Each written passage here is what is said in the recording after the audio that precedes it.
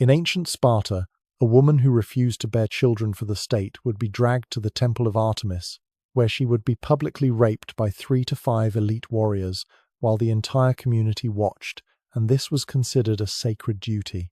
Perhaps you're thinking this can't be real. Maybe you've seen the movie 300, where Spartans are portrayed as freedom-fighting heroes, defenders of civilization against barbarism. But what if everything you thought you knew about Sparta was carefully sanitized, stripped of the truths too disturbing for modern audiences?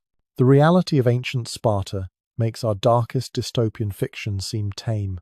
This was a society where newborns were inspected like livestock, where 7-year-old boys were torn from their mothers to begin lives of systematic brutalization, where young girls trained naked alongside boys to breed the strongest warriors, a place where love between spouses was considered weakness, where stealing food was encouraged but getting caught meant death, where teenagers hunted human beings for sport. We need to understand this, not because these horrors are entertaining, but because Sparta's methods didn't die with them. Their ideology of racial purity, their obsession with creating the perfect citizen through violence, their willingness to sacrifice everything human for military dominance. These ideas hibernated through centuries, only to resurface in the 20th century with devastating consequences. Together, we're about to uncover the Sparta they don't teach in schools. We'll explore why Spartan husbands not only accepted but encouraged their wives to sleep with other men. We'll discover what the Crypteia really demanded of its teenage participants, a graduation requirement so horrific that even other Greeks recoiled. We'll see how a society built on hypermasculinity accidentally created the most liberated women in the ancient world, and why that very liberation became another tool of oppression. Most disturbingly, we'll trace the direct line from Spartan ideology to modern genocides, understanding how a small Greek city-state became the blueprint for some of history's greatest atrocities. We'll examine why they needed to officially declare war on their own slaves every year, creating a legal framework for mass murder that would echo through millennia. This isn't about judging the past by modern standards. It's about understanding how human beings can normalize the unthinkable, how entire civilizations can mistake cruelty for strength, how the pursuit of perfection can create monsters. Because once we see clearly what Sparta really was, we begin to recognize its shadow in our own world. In every society that values strength over compassion, conformity over humanity, the state over the soul. A Spartan warrior returns home unexpectedly from campaign. He pushes open the door to his bedchamber. His wife lies with another man. The warrior pauses, nods once, and quietly closes the door behind him as he leaves. No confrontation, no violence, no jealousy. This scene, incomprehensible to modern minds, played out countless times in ancient Sparta, not as betrayal, but as duty. The warrior knew his role, to fight and die for the state. His wife knew hers, to produce the strongest possible children, regardless of who fathered them. Welcome to the marriage bed of ancient Sparta, where intimacy itself became a tool of state control. We discover something profound when we examine Spartan wedding customs. The bride's head was shaved completely bald. She was dressed in a man's cloak and sandals. Then she waited alone in a dark room for a husband she may have never met. When he arrived, the consummation was brief, businesslike. He left immediately to return to his military barracks. This wasn't mere tradition. Every element served a calculated purpose. The shaved head and masculine clothing weren't about humiliation. Spartan boys spent their entire youth among other males in the agauge. By age 20, when marriage became mandatory, many had never seen a woman's body. The masculine presentation eased the transition, preventing what Spartans saw as dangerous emotional attachment. Consider what this meant for the bride. Perhaps 18 years old, athletic from her own training, she lies in darkness, dressed as something she's not. Rough wool scratches against skin, accustomed to exercise in sunlight.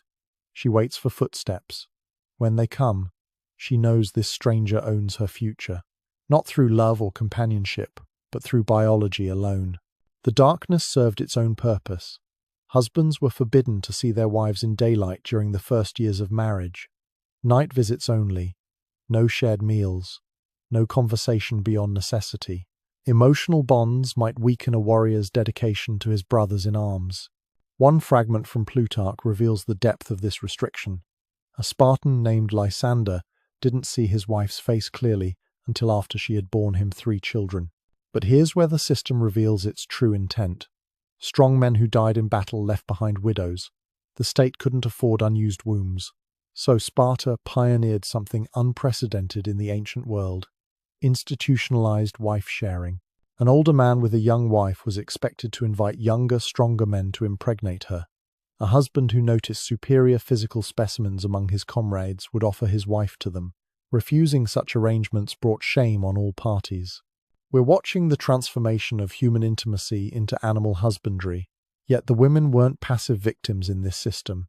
Spartan wives could take lovers openly if their husbands proved inadequate.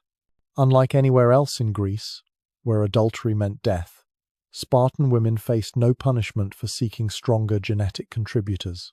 Some accumulated multiple simultaneous partners, all with their husband's knowledge. The logic was ruthlessly simple. Every womb must produce warriors.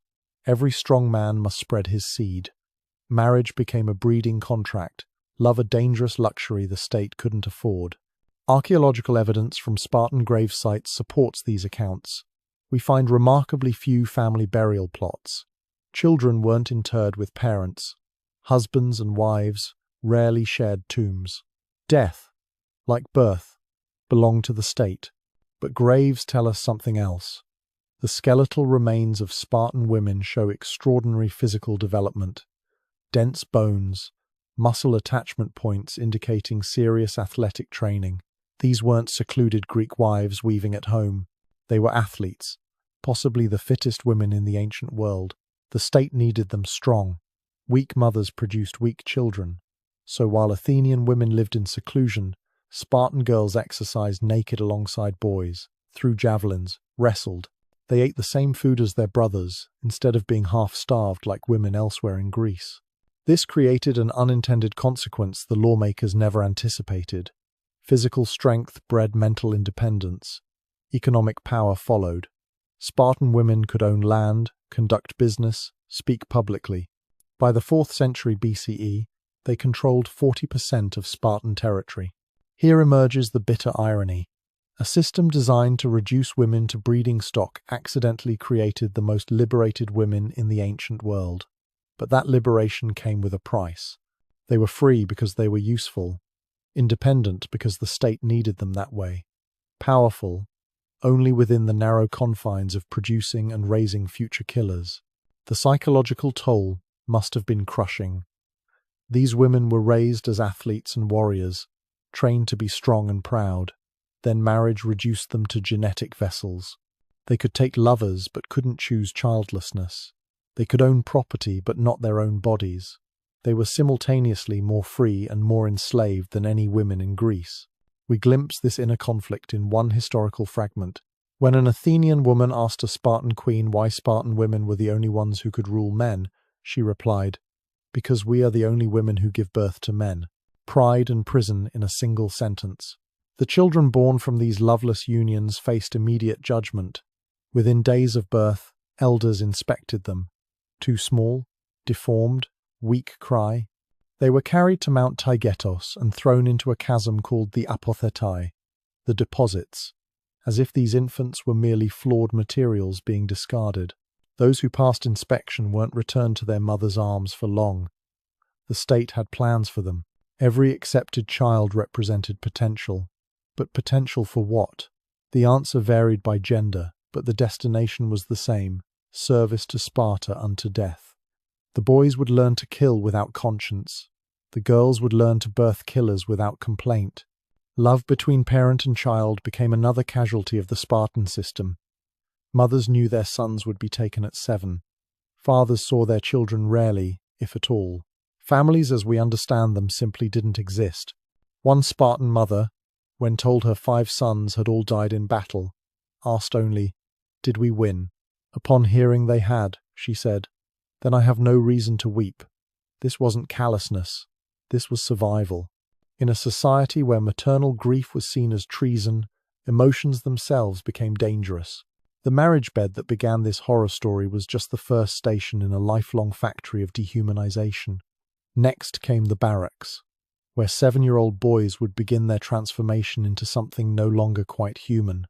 But before we follow them there, we need to understand what happened to the failures, those infants thrown into the apothecary, because archaeologists have found that chasm, and what lies at the bottom challenges everything we thought we knew about Spartan efficiency. The bones tell a different story than the legends suggest.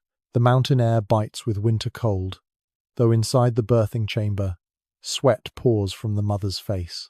Her screams echo off stone walls as elders wait in the adjoining room, their hands already reaching for the infant who hasn't yet drawn breath. 7 men stand in shadow, the Gerousia, Sparta's council of judgment. Their fingers know the weight of healthy muscle, the firmness of strong bone. They've performed this ritual countless times. Some infants pass their test in moments. Others never leave this room alive. The final push comes with dawn light. A baby's cry pierces the air. But this sound brings no joy, only evaluation. Too weak? Too shrill? The elders lean forward, listening. Everything depends on these first moments. The midwife carries the newborn to them immediately. No time for the mother to hold her child, to memorize its face. The father stands silent in the corner. He knows his duty if the verdict goes badly. He'll be the one to carry this bundle to the mountain. Now comes the examination. Old hands probe tiny limbs, checking muscle tone, joint flexibility, skull shape. They're looking for perfection, but their definition includes things we might miss. A birthmark too large, eyes spaced wrongly, ears that seem misshapen. Any deviation marks this child for death. The mother lies exhausted, listening. She hears the murmur of voices but can't make out words. Her body still trembles from labor, yet she must appear strong. Weakness in the mother suggests weakness in the child. She forces herself upright, though blood still flows. One elder shakes his head. Another nods. They confer in whispers while the baby grows cold in their hands. No blanket wraps this child. Exposure tests its constitution. If it shivers too much, cries too loudly, that's another mark against survival. The verdict comes swiftly. A healthy boy, strong lungs, good proportions. He'll live. For now. The midwife returns him to his mother for feeding. She has perhaps 6 years before the state claims him completely. 6 years to pour whatever love she can into a child destined for brutality. But not every examination ends this way. When the judgment goes against an infant, protocol demands immediate action. The father steps forward. His face shows nothing. Emotion would shame his household, suggest attachment to defective offspring. He takes the condemned child, wraps it loosely in rough cloth. The journey to Mount Tagatos takes 2 hours on foot. Other fathers have walked this path before him. Their footprints mark the trail. At the summit, a natural chasm yawns open. The apothecary. The word means deposits, as though these babies were broken pottery being discarded. The depth makes survival impossible. The fall alone would kill, but exposure finishes what gravity begins. We don't have to imagine this scene. Archaeological evidence confirms it. In 2007, excavations at the suspected site uncovered exactly what the ancient sources described: infant bones. Hundreds of them, layer upon layer of tiny skeletons accumulated over centuries. But the bones revealed something unexpected. Not all the remains belonged to newborns. Some skeletons showed signs of older children, perhaps 2 or 3 years old. This suggests the selection process continued beyond birth. A child who developed slowly, showed weakness later, faced the same fate as those condemned in their first hours. DNA analysis of the remains proves another disturbing fact. Many of these children showed no obvious deformities. Their bones appear normal. Their deaths came from subjective judgments, perhaps a cry deemed too weak, a temperament too gentle. The margin between life and death was narrower than we imagined. The psychological impact on parents defies comprehension. Every Spartan father potentially carried his own child to death. Every mother watched her newborn examined like livestock. Even those whose children survived knew that judgment could come later. A fever that lasted too long, a limp that didn't heal quickly. Any sign of imperfection meant another walk to the mountain. Some fragments suggest mothers attempted to hide defects, a club foot bound straight, a weak eye turned away from inspectors. But the consequences of discovery were severe, not just for the child, but for the family. Attempting to preserve inferior offspring betrayed the state itself. The examination process created its own cruel dynamics. Pregnant women exercised frantically, hoping to ensure their baby's survival. They ate specific foods rumored to produce stronger children. Some consulted oracles, made offerings to gods, anything to avoid that walk to Tegitos. Yet even successful births brought limited joy. Parents knew their healthy children were merely on loan. Boys would leave at 7 for the agauge. Girls would train for their own brutal purpose. The family unit existed only to produce future warriors, never to nurture or protect. This system of infant inspection spread beyond mere physical assessment.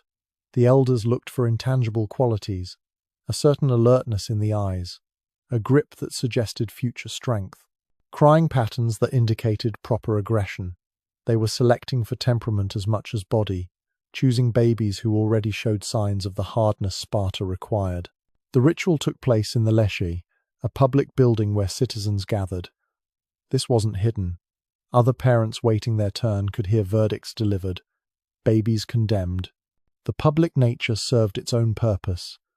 Everyone must witness the state's absolute authority over life and death. Everyone must accept it. Foreign visitors to Sparta expressed horror at these practices. Even in the violent ancient world, the systematic killing of infants shocked other Greeks. Aristotle wrote that while other cities might expose unwanted children to die, only Sparta mandated it by law. Only Sparta made it a religious duty. The priests of Artemis blessed each decision. Divine approval sanctified infanticide. Parents couldn't even grieve properly. To mourn a child deemed unworthy insulted the gods themselves. The state transformed natural parental love into sin. Records indicate some women bore 10 or more children, knowing most would die either in infancy or training. They became birth machines, producing offspring for the state to sort. Their bodies showed the strain. Skeletal remains of Spartan women reveal stress markers from repeated pregnancies, even as they maintained the muscle mass of athletes. The few foreign women who married into Sparta faced special scrutiny. Their children underwent even harsher examination, checked for any sign of non-Spartan weakness. Many didn't survive the first inspection. Those who did faced lifelong suspicion, always one perceived failure from joining their siblings in the chasm. But the apathete held more than infant bones. Excavations uncovered adult skeletons too.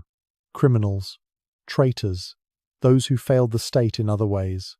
The chasm that swallowed imperfect babies also consumed imperfect citizens. From birth to death, the mountain waited. The surrounding area shows evidence of ritual activity. Pottery shards, burnt offerings. This wasn't mere disposal, it was sacrifice. Each rejected child became an offering to Spartan ideals of perfection. Their deaths purchased the supposed strength of those who survived. Modern genetic analysis of the remains reveals another layer of tragedy. Many of the condemned infants showed markers for conditions that, while visible at birth, wouldn't have prevented meaningful lives. A mild limb difference, benign birthmarks. Conditions we now know pose no barrier to strength or achievement. But Sparta allowed no deviation from its narrow definition of perfection. The mountains around Tegetos hold other secrets. Smaller sites suggest some parents couldn't bring themselves to use the official chasm. They found other places, perhaps hoping to give their children more dignified resting places. Even in a society that criminalized compassion, human nature sometimes broke through. Yet the system endured for centuries. Generation after generation of parents submitted their newborns for inspection. Generation after generation of fathers made that terrible walk. The practice became so normalized that its absence would have seemed strange. This was simply how Spartans began life, with a test that many failed. The children who passed faced their own trials ahead.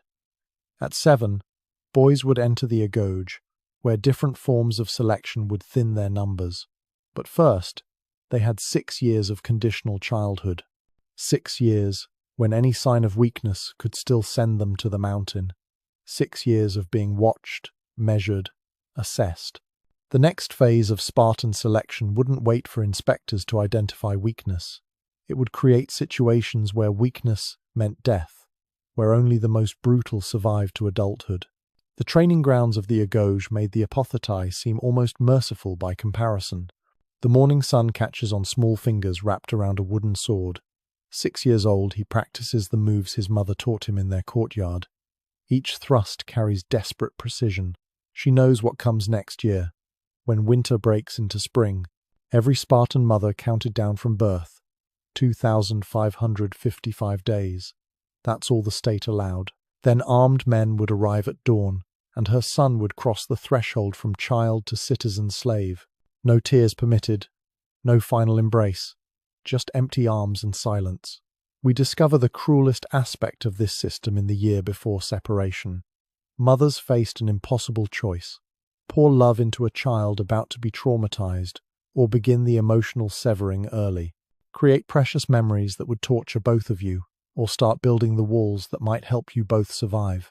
Some chose distance. They hired nurses, avoided eye contact, spoke only when necessary. Their sons grew cold before the state could freeze them.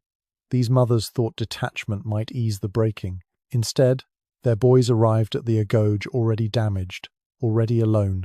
Others took the opposite path. They filled those final months with fierce devotion, extra food hidden in clothing, stories whispered after dark, secret symbols of protection sewn into tunics. These mothers chose heartbreak over hollowness. Their sons at least knew they had been loved, once. The archaeological record preserves traces of both strategies. Toys buried in gardens, never to be played with again. Locks of hair hidden in small clay vessels. Tiny sandals, worn smooth, saved by someone who couldn't let go. Each artifact whispers of countdown calendars marked in tears. Training for separation began early. 5-year-old boys attended pre-Agauge exercises. Not the full brutality, but tastes of what awaited. They returned home bruised, hungry, confused. Mothers had to celebrate these injuries as progress. Any sign of concern marked both parent and child as weak. A Spartan woman named Demetria left us one fragment of testimony. Her son came home with a split lip from fighting older boys. She cleaned the wound while praising his courage. That night, she found blood on her own pillow where she'd bitten through her tongue to keep from crying where he might hear. The state provided detailed instructions for this final year. Boys must sleep on increasingly thin mats, preparing for bare ground. Meals should shrink gradually, accustoming stomachs to hunger. Mothers must speak less each month, weaning sons from the comfort of familiar voices. Love itself became regimented, rationed, measured in permitted doses. Some mothers broke. The historical record mentions women who fled Sparta with their sons rather than surrender them. They rarely made it past the borders. When caught, the boys went to the Agauge anyway. The mothers disappeared. Examples had to be set. But flight wasn't the only form of resistance. Some women taught their sons secret ways to stay human. A gesture that meant, "I'm thinking of you." A song that could be hummed silently for comfort. These small rebellions passed between generations of mothers, whispered preparations for preserving some spark of self through the darkness ahead. Fathers played almost no role in these final months. They'd already distanced themselves, preparing for warrior brotherhood to replace biological bonds. A few fragments suggest some fathers secretly grieved too, but the evidence remains thin.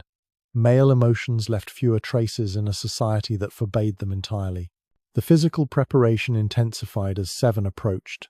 Mothers exercised their sons past exhaustion, not from cruelty but desperate love. The stronger he arrived, the better his chances. Some hired retired soldiers to teach extra combat techniques. Others paid for black market food to build final reserves of strength. What kind of love grows under a death sentence? These mothers nursed babies they might lose to Mount Taygetos. They raised toddlers who could be condemned at any moment. Now they prepared 6-year-olds for organized torture. Yet they loved fiercely, completely, knowing the price. The economy of preparation created its own market. Trainers who specialized in pre-Agauge conditioning. Suppliers who sold gradually rougher clothing. Even fortune-tellers who claimed to predict which boys would survive the training. Mothers grasped at any advantage, any edge that might help their sons endure. Dreams haunted these final months. Mothers reported the same nightmares, their sons calling for them from the Agouge barracks, empty beds that stayed empty, grown warriors returning home wearing their children's faces but with hollow eyes. The mind rehearsed loss before it arrived. Some women bore multiple sons, staggering their births to avoid losing several at once. But this brought its own torture. Watching older boys leave, knowing younger ones would follow. The house emptying in stages. Each departure reopening wounds that never quite healed. The final month brought frantic activity. Clothes mended one last time. Favorite foods prepared again and again. Stories told and retold, as if words could build armor against what was coming. Some mothers made their sons small tokens to hide in their clothing, though discovery meant punishment. A smooth stone, a scrap of cloth that smelled like home, anything to bridge the coming distance. Religious rituals offered little comfort. Priests blessed these separations as divine will. Gods demanded warriors. Therefore, mothers must surrender sons. To question this theology was blasphemy. To grieve too openly, sacrilege. Faith itself became another tool of control.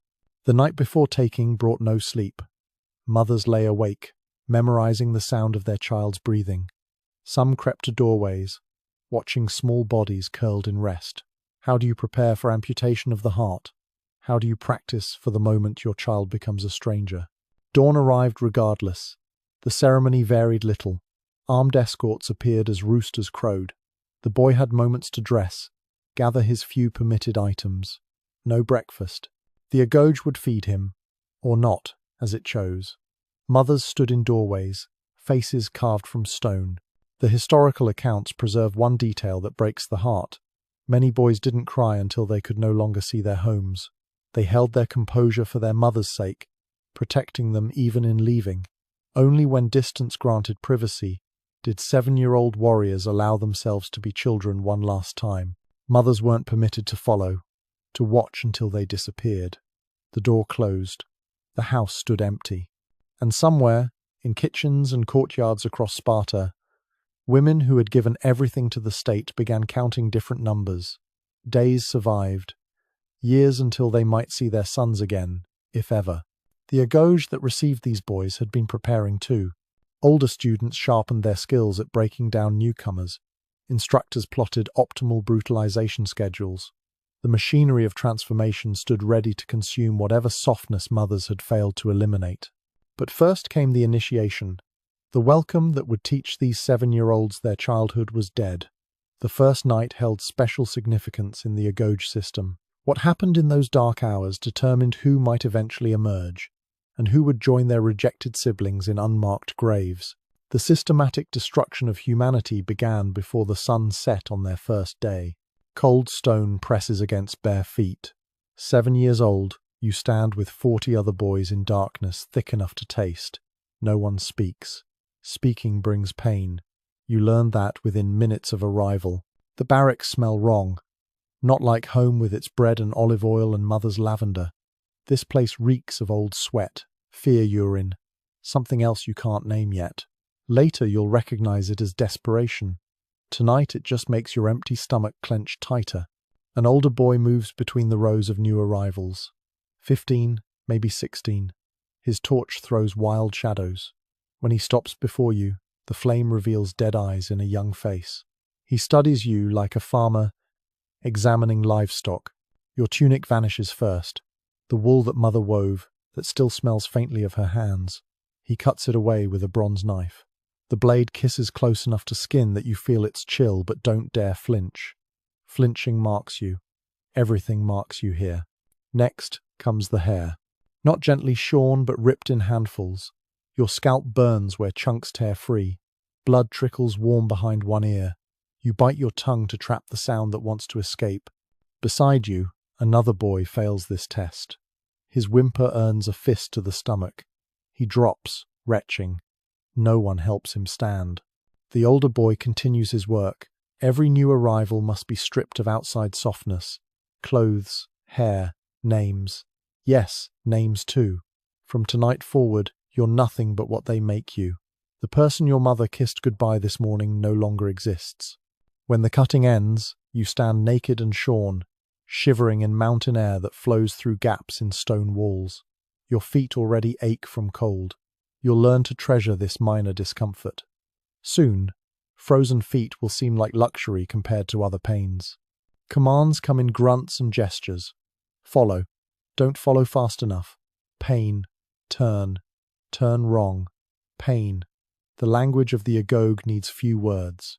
Bruises teach vocabulary faster than any tutor. You're led deeper into the complex. Corridors twist without logic. Darkness swallows landmarks. This too serves purpose. Lost boys can't run home. Though even if you found an exit, where would you go? The world outside offers no refuge to agoge deserters. The sleeping hall opens before you, row upon row of shapes in darkness. Not beds, never beds, just bodies on bare ground. Each claimed space no larger than what a corpse would need. The older boys have cloaks. You'll earn yours, or die trying. Your assigned spot is wet. The boy who slept here last night didn't survive to dry it. You lower yourself onto stone that reeks of his final moments. The cold shoots through skin to bone. Around you, other new arrivals find their places. Some cry silently. Tears freeze on cheeks. Then comes the sound that will haunt every night forward.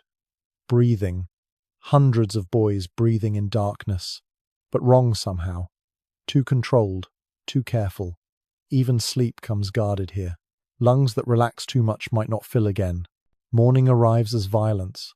Not sunrise through windows. The agoge has no windows. Instead, kicks to ribs announce dawn. You scramble upright, ribs screaming, as older boys move through rows delivering wake-up calls with practiced brutality. The breakfast hall mocks its name. Long tables, empty bowls, 400 boys. Food for maybe half. The arithmetic is simple. The execution is chaos. You understand now why they took your names. Animals don't need names. And what happens next strips away any illusion of humanity. Boys transform to beasts, fighting over black bread and thin soup. Fists fly. Teeth find flesh. The strong eat. The weak watch. The weakest disappear entirely. An instructor observes from the corner. He counts bodies, not to prevent violence but to track it. Who attacks first? Who claims the most? Who fails to fight at all? Every detail enters his mental ledger. The agoge keeps careful records of transformation. You manage to grab a crust someone drops. It tastes like ash and old grain. Your stomach barely recognizes it as food, but you chew slowly, making it last. Around you, boys lick empty bowls, suck spilled drops from tables. Pride died yesterday with your hair.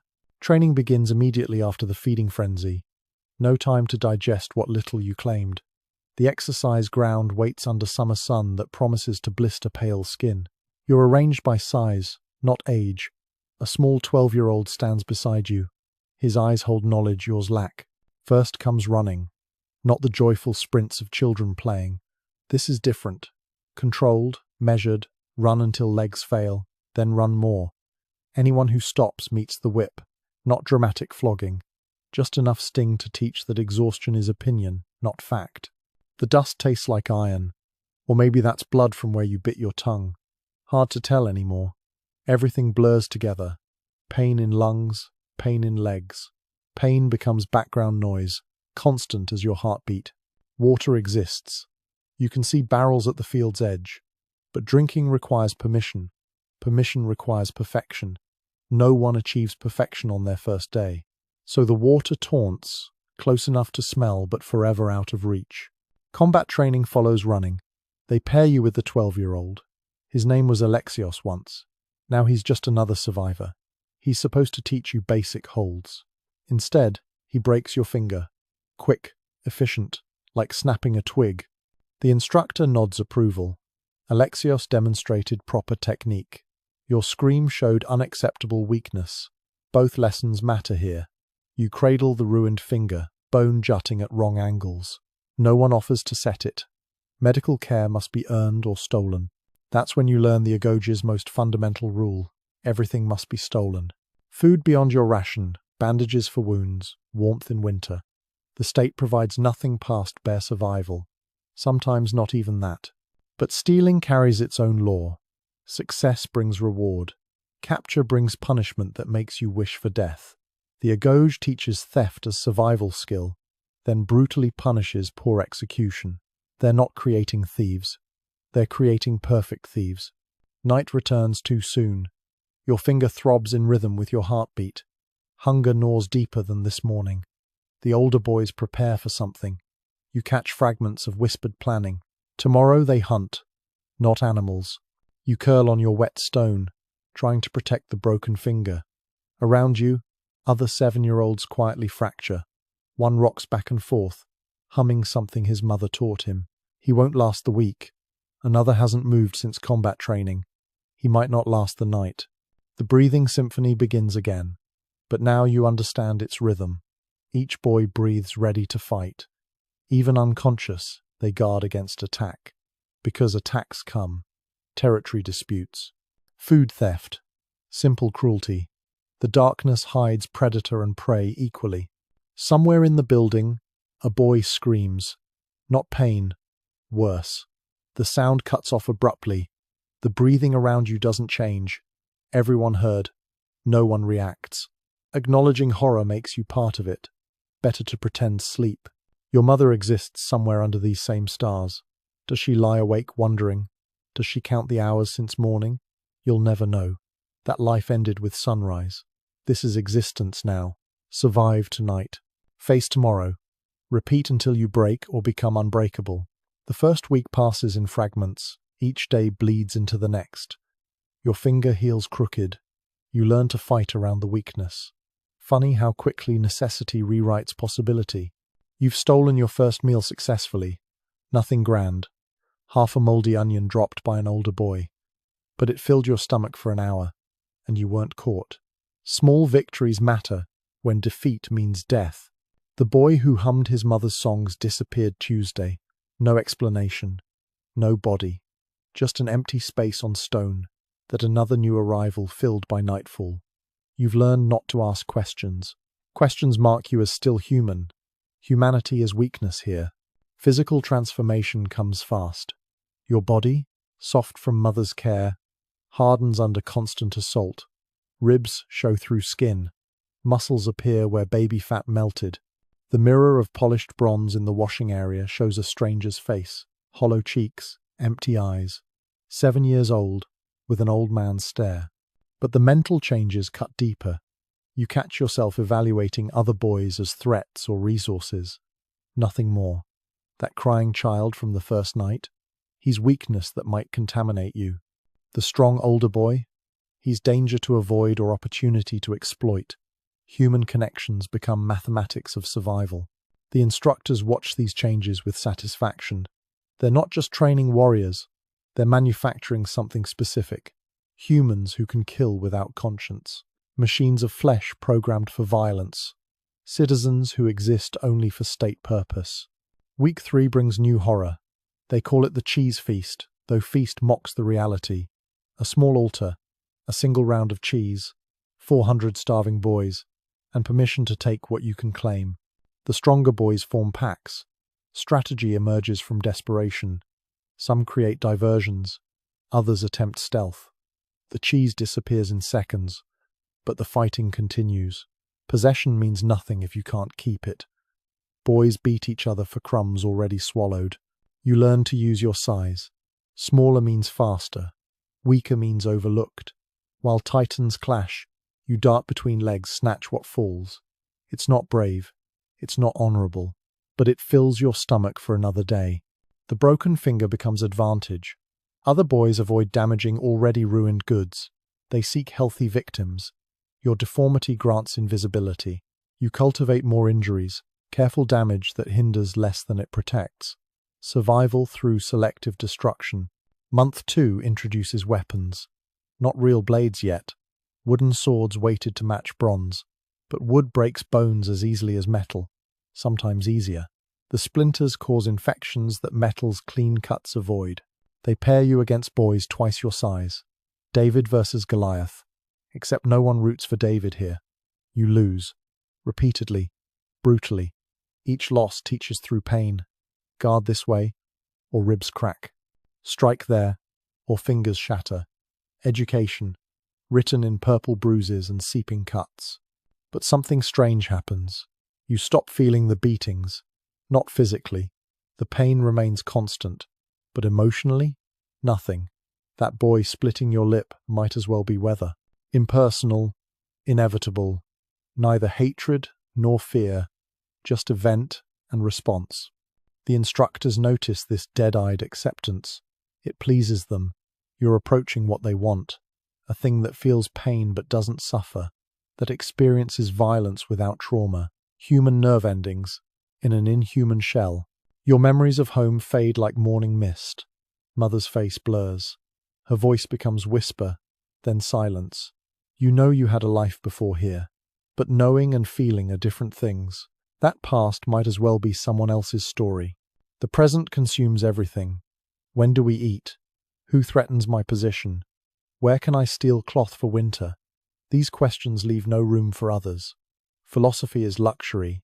Memory is weakness. Only now matters. Other boys break differently. Some rage, fighting everything until exhaustion or death claims them. Others retreat inward, bodies present, but minds elsewhere. These ones die slowly, forgetting to fight for food, to guard their sleep spots. The agouge patient with passive suicide. You choose a third path. Not rage, not retreat. Adaptation. You study the older boys who survive. Not the strongest always, the smartest. The ones who turn the system's brutality into personal advantage. They don't fight the agouge. They become it. One boy, maybe 14, never seems hungry despite never fighting during feeds. You watch him carefully. He's made alliances, not friendships, business arrangements. He provides something others value: information, protection, planned losses in training bouts. In exchange, they share food. The lesson is clear. Pure strength has limits. Intelligence multiplied by ruthlessness equals survival. You begin your own experiments, small trades, calculated risks, learning who can be trusted exactly as far as their self-interest extends. Winter arrives with its own torments. The mountain cold invades every corner. Snow drifts through those same gaps that admitted summer breeze. Now, they channel ice directly onto sleeping boys. Several freeze before dawn. The survivors strip bodies for any cloth, any warmth. You've grown skilled at theft. A cloak here, sandals there. Never enough to be comfortable, just enough to avoid death. The punishment for caught stealing intensifies with winter, as if the cold itself weren't sufficient deterrent. But you're caught eventually. Everyone is. The whip feels almost warm against frozen skin. 20 lashes. You count each one, focusing on numbers instead of pain. Mathematics as meditation. When it ends, you understand something new. They don't punish theft, they punish failure. The distinction matters. Spring's arrival brings no relief. New 7-year-olds arrive, soft and crying like you once were. You feel nothing watching them shatter. No sympathy, no remembered kinship. They're simply new resources to exploit or threats to eliminate. The cycle continues. You're 8 now, still among the youngest but no longer new. You know which instructors hit hardest, which older boys torture for pleasure versus utility, where to hide, when to fight, how to survive another day. But survival isn't living. You haven't laughed in months, haven't cried either. Those responses atrophied like unused muscles. You exist between extremes, neither happy nor sad, of just present, alert, ready. Sometimes at night, that dangerous time when exhaustion loosens mental discipline, you almost remember being someone else, a boy with a name, a mother who sang, food that tasted like more than fuel. But remembering hurts worse than any beating, so you learn to stop. The agoge is winning. Day by day, it carves away whatever your mother tried to preserve. Soon, nothing will remain but what they've built. A perfect soldier. An empty vessel filled with state purpose. And the truly horrifying part? You're beginning to prefer it this way. Caring hurts. Feeling exhausts. Better to be stone. Better to break others before they break you. Better to embrace the monster than fight becoming one. Because fighting is futile here. The agoge doesn't just train warriors. It manufactures them from the raw material of children, and the process is working. You're becoming exactly what Sparta demands. The moon hasn't risen yet. Perfect conditions for what must be done. You crouch in the thorny scrub outside a helot settlement, knife heavy in your hand, watching smoke rise from the chimney of your target's home. 19 years old, 12 years of agouge training have led to this moment. Every beating absorbed, every hunger endured, every fragment of humanity stripped away prepared you for tonight. The crypteia. Your final examination. The selection process began 3 months ago. Only the strongest earned this privilege. Or was it curse? The distinction blurred long ago. The F4s gathered your training cohort, studying each candidate with eyes that had witnessed decades of this ritual. They sought specific qualities, not just physical prowess. The crypteia demanded something harder to define. You remember standing in that line, face neutral while your mind raced. Some boys practically vibrated with eagerness. Others couldn't hide their dread. Both groups failed. The F4s wanted neither bloodlust nor reluctance. They wanted empty vessels, tools without opinion. When they spoke your name, you felt nothing. Perfect. That nothingness earned you this crouched position, watching a family prepare for sleep. Inside, they're sharing their evening meal. Barley gruel, perhaps some olives. The helots eat better than you did in the agouge, though not by much. Your target's profile appears briefly in the doorway. Broad shoulders, strong back from years of farming Spartan land. The E4s choose carefully. No sick elders or weak children for the crypteia. You must kill strength. Prove yourself against someone who might actually fight back. The briefing was precise. This man leads prayers at their gatherings. Not rebellion, not yet, but leadership of any kind among helots threatens stability. Better to remove potential before it becomes problem. You're not murdering. You're performing preventive surgery on the body of the state. A child laughs inside the house. Young, maybe 5 or 6. The same age you were when everything changed. The sound should trigger something. Memory, sympathy, recognition. Instead, you note only tactical information. A child means the parents will fight harder. Plan accordingly. Hours pass. Your legs cramp from maintaining position. Pain is old friend now, easily ignored. You've waited longer for worse reasons. That punishment week when they made you hold horse stance until boys started collapsing. This is nothing. The house grows quiet. One by one, lamps extinguish. You count heartbeats, measuring time. Give them long enough to fall deep. Not so long that dawn threatens.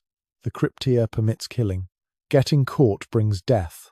Not for the murder, for the incompetence. Time arrives. You move like the mountain cats they taught you to emulate. Each foot placement calculated. Avoid the loose gravel. Circle away from the dog sleeping by the door. Use the wind to carry your scent away.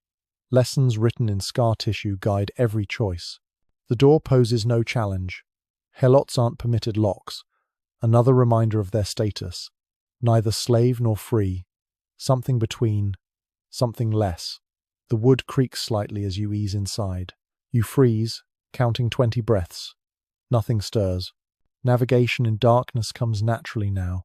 Those years of midnight raids in the agouge, older boys hunting younger ones through black corridors. You learn to see with more than eyes. The hearth's dying embers provide just enough glow to outline shapes. There, the main sleeping area. 2 forms under rough blankets. Your target and his wife. The child must sleep elsewhere. Good. Complications serve no purpose tonight. You need clean execution, nothing more. Which one first? Training, says the man. Remove primary threat immediately. But something in their positioning suggests otherwise. She lies facing the door. He faces the wall. She's the guardian. He trusts her vigilance. Kill her first, or she'll wake him with her dying. You drift closer. The knife feels alive in your hand. Bronze, not iron. Traditional for the crypteia. Your ancestors used these same tools for the same purpose. Continuity of murder across generations. She shifts in her sleep, murmurs something. A name, perhaps. You pause above her, studying the exposed throat. One motion. Quick. Silent. Don't let her wake. Don't let her know. Grant that mercy at least. But mercy is weakness, and weakness died in the accouchage. The blade enters just below her jaw, angling up. Textbook perfect.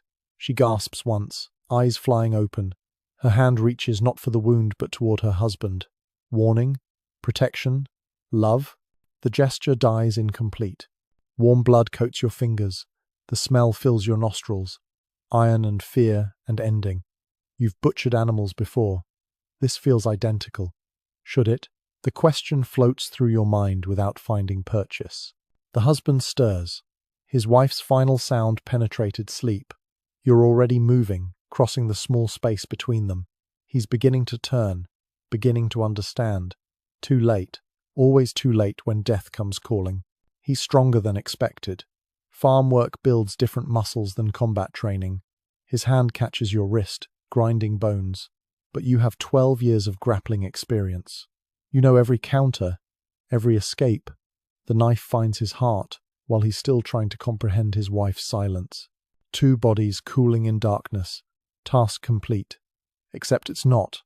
The crypteia demands more than simple assassination. You must leave a message.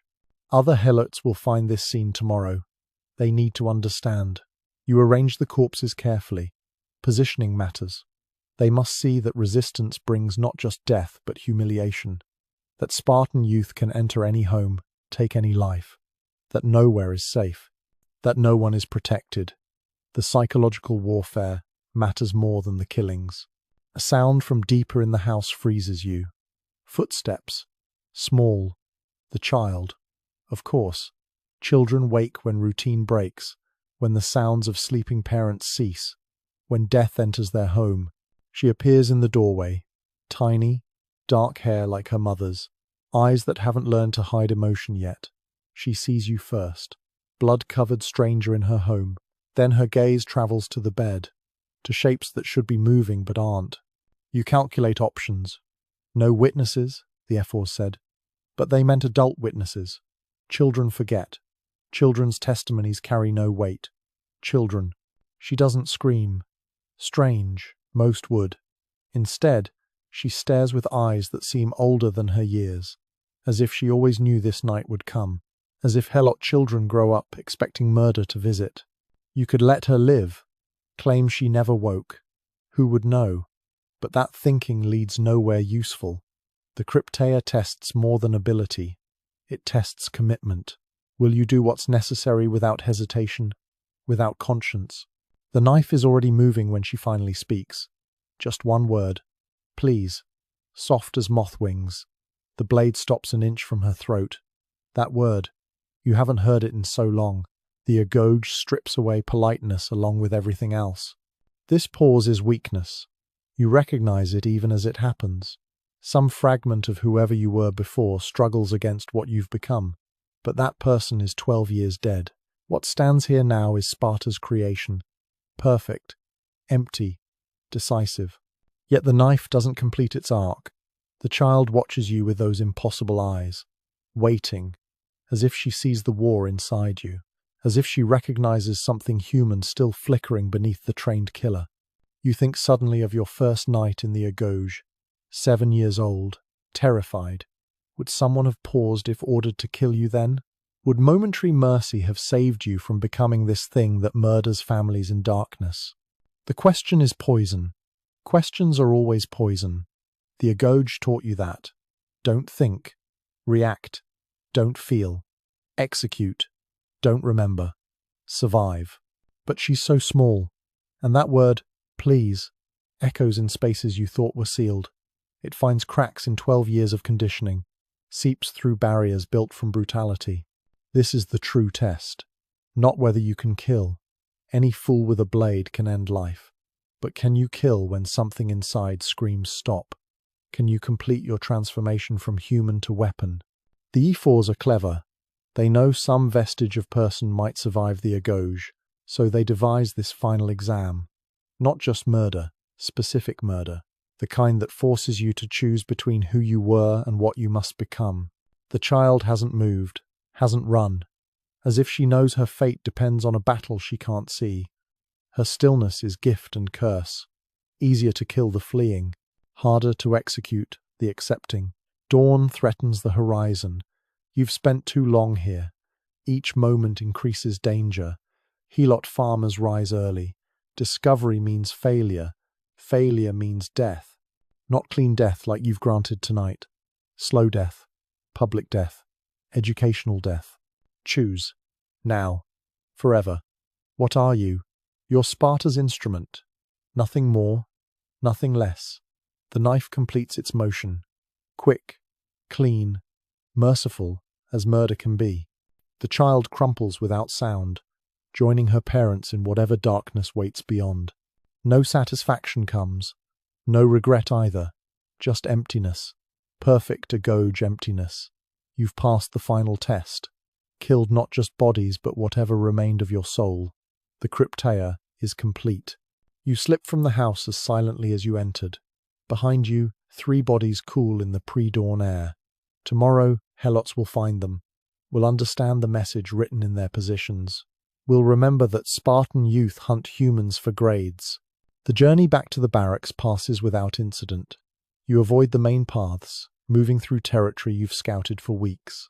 Every successful crypteia requires preparation. The killing is smallest part. Other candidates are returning too. Shadows sliding through shadows. Some walk steadily, task complete. Others stumble, affected by what they've done. These ones might not last. The crypteia breaks some men. Not through violence, through success. You report to the ephors as sunrise paints the mountains. They ask no questions. Your blood-stained hands tell the story. A mark goes beside your name. Passed. Graduated. Ready for full military service. But ready for what exactly? You've proven you can kill without conscience. Follow orders without question. Betray every human instinct. You're perfectly prepared for warfare, completely unsuited for peace. They assign you to a mess unit that afternoon. 15 other men who've survived similar trials. You're brothers now, bonded through shared monstrosity. Together, you'll form one of Sparta's elite units. Killers who've proven they'll do anything for the state. The younger boys in the agoge look at you differently now. You wear the mark of the crypteia. They know what you've done. Some worship you for it, others fear you. Both reactions feel equally hollow. That night, you lie in barracks that suddenly seem luxurious compared to your agoge stones. A real sleeping mat, actual blankets, regular food, all purchased with blood. The child's face floats behind your eyelids. Not haunting, just there. Fact, without feeling. You wonder if this is what the ephors truly wanted. Not just obedience. Complete emotional death. They've created soldiers who can commit any atrocity without psychological consequence. Perfect tools for maintaining their system. Sleep comes easily. Another sign of successful conditioning. You've done terrible things today. Your body doesn't care. Neither does your mind. The agoge has built you well. Trauma slides off like rain from oiled leather. Tomorrow begins formal military training. New weapons, new tactics. But nothing will match today's lesson. You've learned the ultimate truth of Spartan society. Everything is permitted against enemies, and everyone is potentially enemy. The other crypteia graduates share your 1,000-yard stare. Boys who entered different houses, killed different families, faced their own moments of choice. All chose Sparta over humanity. Now you're bound by shared damnation. Some speak quietly of their assignments. Technical details only. This one fought back. That one begged. Children present or absent. But no one mentions feelings. Those died with your victims. Perhaps that's the real genius of the system. You're all 19. In other cities, you'd be starting careers, marrying, building futures. Here, you've just graduated from 13 years of manufactured psychopathy, ready to spend remaining decades spreading the same violence that created you. The crypteia serves multiple purposes. Terror for helots, final test for warriors. But most importantly, it creates unbreakable psychological chains. After murdering innocents for grades, what moral lines remain? What orders could you possibly refuse? This realization brings no discomfort. The agoge removed your capacity for moral distress alongside everything else. You understand your role perfectly. Sparta needs monsters. You've proven yourself monstrous. Transaction complete. A messenger arrives as you prepare for sleep. Tomorrow's training begins before dawn. Formation drills, weapons practice, the machinery of war. You'll excel. The Cryptea graduates always do. Men who've killed children fear nothing battlefields can offer. You close your eyes. No dreams come. Dreams require imagination, and imagination died somewhere between that first night on cold stone and tonight's warm blood. You've become exactly what they intended. Empty vessel, filled with state purpose. The transformation is complete. You entered the agoge human. You've emerged as something else. Something that kills without conscience, follows without question, exists without truly living. Sparta has manufactured another perfect soldier. The system works exactly as designed. And tomorrow, you'll help train the next generation to follow your path. The cycle continues. Children become killers, become teachers of killing. But first, sleep. Dreamless. Peaceful. The sleep of men with no souls left to trouble. Your parents would be proud. The state certainly is. You've given everything they demanded, received everything they promised. Worth the price? The question has no meaning here. Price implies choice. Choice implies humanity. And your humanity lies cooling in a helot house. 3 corpses arranged to maximize terror. You are Sparta now. Nothing more, nothing less. Forever. The sun beats down on naked shoulders, bronze skin gleaming with oil and sweat. A girl of 17 springs forward, muscles coiled like a hunter's bow, racing toward the finish line while hundreds watch. This is Sparta's marriage market, though no one would dare call it that aloud. Athletic competitions determine more than simple victors here. The fastest runners, strongest wrestlers, most graceful dancers. These young women display their genetic worth before an audience shopping for breeding stock. Fathers evaluate potential daughters-in-law like farmers studying livestock. Which bloodline would strengthen their own? Which girl's hips promise easy births? Which one's shoulders suggest sons who could survive the agoge? The winner crosses the line, breathing hard but controlled. Her name is Gorgo, though in years to come she'll be remembered for more than racing. Today she's simply another competitor in Sparta's ruthless selection process. Tomorrow she'll belong to whatever man claims her, willing or not. We discover something crucial watching these competitions. Spartan women train their bodies not for themselves but for the state's purposes. Every muscle built, every skill honed serves one function, producing superior warriors. Their strength is real, their power an illusion carefully maintained. The exercises themselves would shock audiences in Athens or Corinth. These girls throw javelins with deadly accuracy. They wrestle opponents to the ground, learning holds that could break bones. They run until lesser athletes collapse, building endurance that will serve them through multiple pregnancies. All performed naked, because shame is weakness, and modesty serves no genetic purpose. A visiting merchant from Thebes watches with disgust barely concealed. In his city, proper women stay indoors, speak only when necessary, cover themselves in public. These Spartan girls move like boys, fight like boys, display themselves without blushing. He doesn't understand that their immodesty is calculated policy. How can you select prime breeding stock through layers of cloth? The competitions continue through the afternoon. Discus throwing reveals upper body development.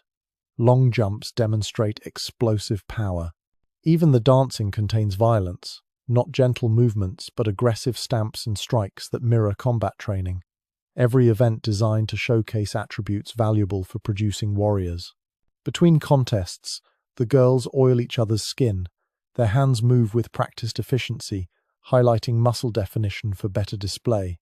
They've been doing this since childhood, when the state first decided their bodies belonged to Sparta's future. No embarrassment remains, only practical preparation for evaluation. Gorgo wins 3 events before the day ends. Her victories earn appreciative nods from watching elders.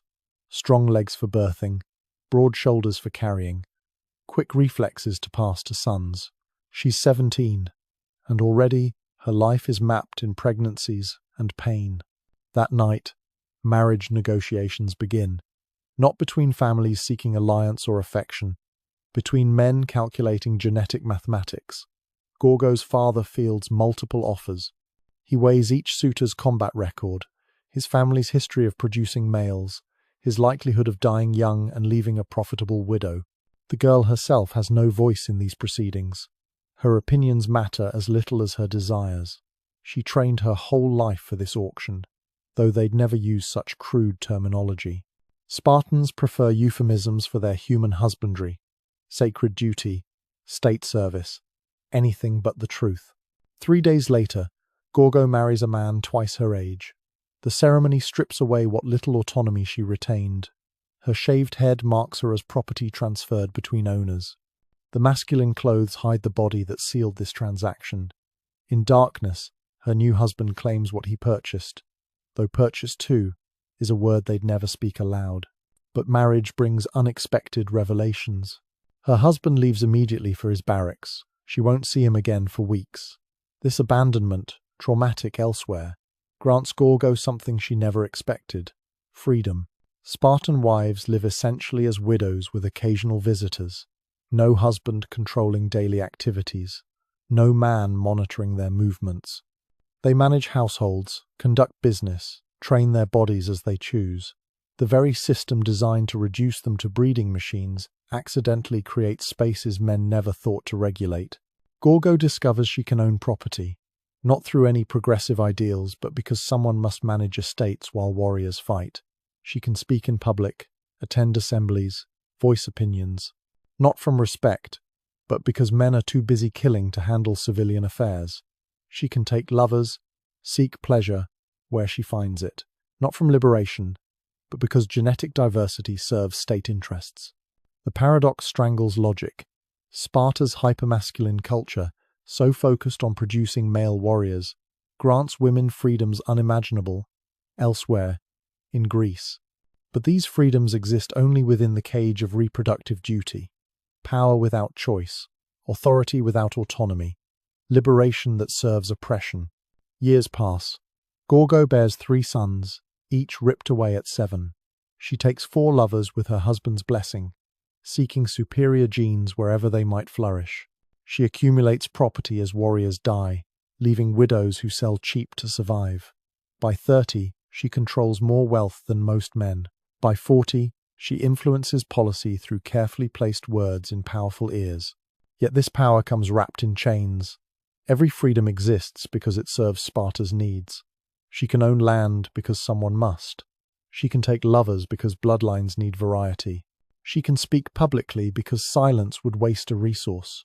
Her liberation is another form of slavery, decorated prettily. The gymnasium where girls train tells the story best. Young women build powerful bodies, learning their strength through competition. They feel the joy of muscles working, lungs burning, victory earned through effort. For these moments, they own themselves completely. Their bodies belong to them alone. Then the competitions end. Evaluators make their notes. Marriage negotiations begin. And those same strong bodies become currency in transactions they cannot refuse. The strength they built serves only to make them better breeding stock. The pride they felt transforms into another chain. Some women resist in small ways. They train harder than necessary, building bodies that intimidate potential husbands. They cultivate sharp tongues to discourage suitors. They pretend barrenness to avoid pregnancy's burden. But resistance has limits when the alternative is public rape in Artemis's temple. That particular horror deserves examination. Not for sensationalism, but to understand how Sparta weaponized even resistance. A woman who refused motherhood faced ritual assault by multiple warriors while citizens watched. The act served as punishment, forced insemination, and public warning simultaneously. Religious ceremony wrapped around genetic rape. The temple stones stay cold regardless of season. Women dragged there find no mercy in marble or watching crowd. The warriors selected for this duty are always elite specimens, the better to ensure pregnancy from punishment. The crowd includes young girls, forced to witness what awaits those who refuse their purpose. Education through horror, the Spartan way. Most submit before facing the temple. The threat alone breaks resistance. Those few who endure it emerge changed, carrying children they never wanted from violence they couldn't prevent. Some kill themselves afterward, The state counts these as acceptable losses. Individual women matter less than the lesson their suffering teaches. We need to sit with this ugliness, not because pain entertains, but because understanding historical horror prevents contemporary repetition. When states claim ownership of women's bodies, when reproduction becomes duty rather than choice, when strength serves only to enable oppression, these patterns echo through centuries. A grandmother speaks to her granddaughter in the growing dusk, both naked from training, muscles still warm from exertion. The elder's body shows decades of pregnancies, births, losses. Stretch marks map her service to Sparta. Scars record children torn away. She tells the girl truths mothers cannot speak. How to find joy in the spaces between duty. How to accumulate power through careful planning. How to survive when your body belongs to everyone but yourself. Lessons wrapped in athletic metaphors, hidden in training advice. The girl listens with eyes too knowing for her years. She already understands her future. In 2 seasons, maybe 3, she'll stand naked before evaluators. Her speed will determine her husband. Her strength will dictate her children. Her will means nothing next to her womb. But she also hears the hidden message. That strength, even enslaved, carries its own power. That minds can stay free when bodies cannot. That survival itself is a form of victory in systems designed to consume you.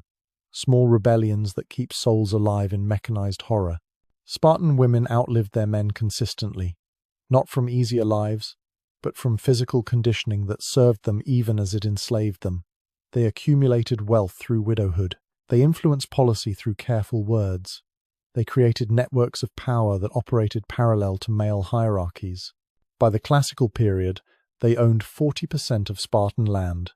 Their wealth corrupted the system designed to contain them. The strength built for breeding became economic power. The freedoms granted for convenience evolved into actual authority. The machine's gears began grinding against themselves. Did they plan this? Did generations of women carefully accumulate power, knowing time favored their survival? Or did it happen accidentally? An unintended consequence of treating women like breeding stock while training them like warriors. History keeps those secrets. We know only results.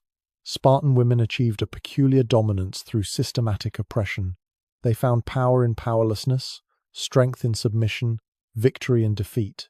Their story warns and inspires simultaneously. Modern observers struggle to categorize them. Victims or victors? Slaves or queens? The answer is both and neither.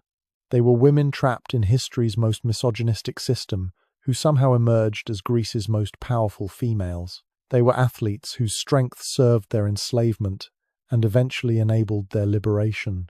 Their faces stare from ancient artwork with expressions that defy easy reading.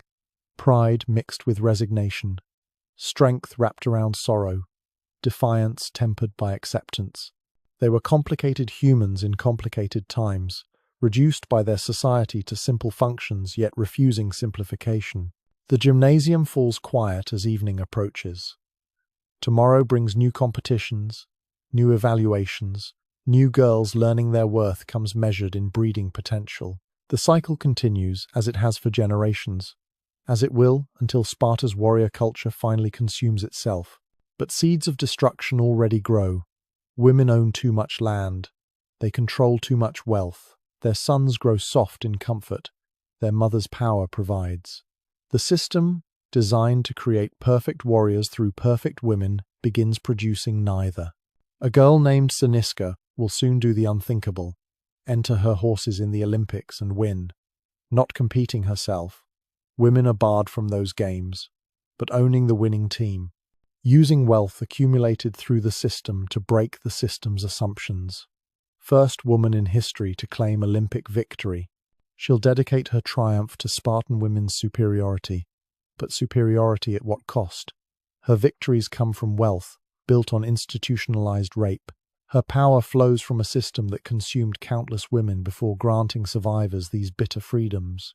Can liberation born from oppression ever taste sweet? The questions hang in air, growing thick with evening cook fires. Somewhere, a girl counts days until her first competition. Somewhere, a woman faces the temple tomorrow. Somewhere, A widow calculates her new property's value, all trapped in the same machine, finding different ways to survive its grinding gears. Their strength was real. Their oppression was real. Both existed simultaneously, neither cancelling the other. They were victims who found ways to thrive, slaves who accumulated power, women whose bodies belonged to the state but whose minds carved out spaces of resistance. We're left wondering if oppression always contains seeds of its own destruction, if strength, even enslaved, eventually breaks chains, if women trained as warriors inevitably become warriors in ways their trainers never intended. The gymnasium stands empty now. Tomorrow it fills again with girls building bodies for others' purposes. But every muscle they develop serves double duty. Every skill they master has multiple uses. Every strength they gain might serve the state or might serve themselves. The Spartan system created the strongest women in Greece. It gave them power unimaginable elsewhere. It trained them for war while expecting only submission. It built contradictions into female flesh and wondered why those contradictions eventually tore the system apart. Their legacy confuses us still. Were they feminists finding freedom in oppression? Victims making the best of horror? Collaborators in their own subjugation? Heroes of resistance? All answers fit. None suffice. They were human beings navigating inhumane systems with whatever tools they could grasp. The girl Gorgo became a queen. She told the Persian ambassador that only Spartan women birth real men. She advised her husband to die gloriously at Thermopylae. She ruled while warriors fought. She accumulated power through the system that should have crushed her. She died wealthy, influential, and historically remembered. Was her life victory or tragedy? Both. Neither. Something more complicated than our categories allow. She was a woman who found power in powerlessness, wrote her name in history through a system designed to erase her, birthed sons for the machine while building wealth that would outlast it. The Temple of Artemis still stands, its purpose sanitized for tourists. The stones remember what scholars prefer to forget. Women dragged here for refusing motherhood, elite warriors performing sacred rape, crowds watching genetic enforcement disguised as religious duty. The price of saying no in a society that owned women's wombs. But those same stones witnessed other scenes. Women growing strong in the courtyard, girls learning their bodies could achieve wonders, grandmothers teaching survival through athletic metaphor, small victories carved from systematic oppression, humanity persisting where it shouldn't exist. As darkness finally claims the gymnasium, we're left with questions that echo through centuries. What happens when strength serves slavery? Can power exist without freedom? Do oppressive systems always create their own opposition? The Spartan women provide no clean answers, only complicated lives that resist simple categorization. Their bodies were controlled, but their minds found spaces. Their reproduction was mandated, but their property accumulated. Their submission was required, but their influence grew. They were contradictions incarnate, powerful slaves and enslaved powers, victims who thrived and thrivers who suffered. Tomorrow, the competitions resume. New girls will display their potential. New negotiations will trade female futures. New resistances will spark and be crushed or carefully channeled. The cycle continues until it can't, until the contradictions grow too heavy for even Spartan strength to bear. But what of the helots who suffered under this system? What of the slaves whose oppression enabled these partial freedoms? Their story runs parallel to the Spartan women's, another tale of humans ground between millstones of state power. The whip cracks against bare flesh. 7 figures huddle in the corner of the granary, forbidden from looking at their overseer's face. These are the ones who feed Sparta, who grow its grain, who build its walls, who exist in the shadows between slave and free. They outnumber their masters 7-1. Morning brings the count. Every helot family must present itself for inspection, confirming no one fled during darkness. The Spartan youth conducting today's review can't be older than 20, fresh from his crypteia perhaps, still drunk on the power of sanctioned murder. He moves down the line, bronze spear tip lifting chins, checking for defiance that would justify violence. An old woman stumbles slightly. Age and hunger make balance difficult. The spear butt finds her kidney before she fully rights herself. She collapses without sound, trained through decades not to cry out. Her family doesn't move to help. Movement draws attention. Attention brings death. The mathematics of oppression are simple here. 35,000 Hellos serve 5,000 Spartan citizens. Those numbers should terrify the masters. Instead, they've turned fear into policy, paranoia into systematic brutality that makes rebellion unthinkable. Almost. The counting finishes. Today's random victim gets selected through a process nobody understands. The overseer's finger points at a young man, strong from fieldwork, guilty of nothing but visibility. They drag him to the market square where his punishment will serve as morning entertainment. Public humiliation follows a script written in generations of degradation. First, they force wine down his throat. Not enough to kill, just enough to destroy dignity. Helots are forbidden alcohol, so their bodies reject it violently. He staggers, falls, vomits. Spartan children laugh and throw stones. His wife watches from the crowd, face carved from stone. She learned long ago that showing emotion marks you for the next selection. Their daughter, perhaps 8 years old, grips her mother's hand hard enough to leave marks. She's learning too. How to be invisible. How to swallow rage. How to survive. The drunk helot tries to stand. More wine gets poured. The cycle continues until consciousness abandons him.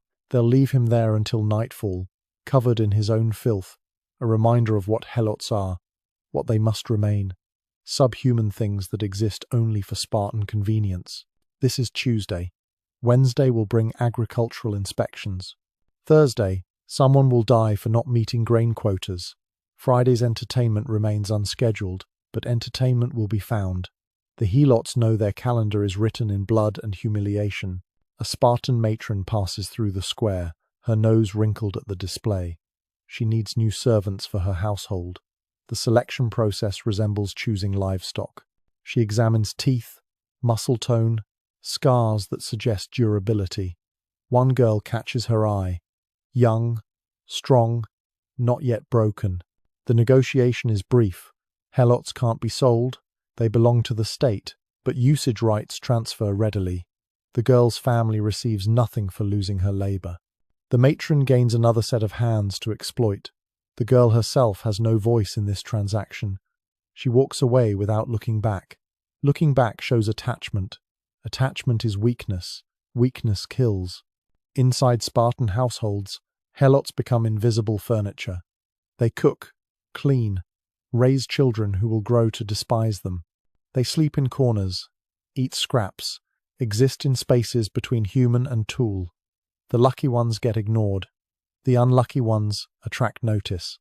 A warrior returns home drunk from his mess hall. His helot servant moves too slowly, bringing water.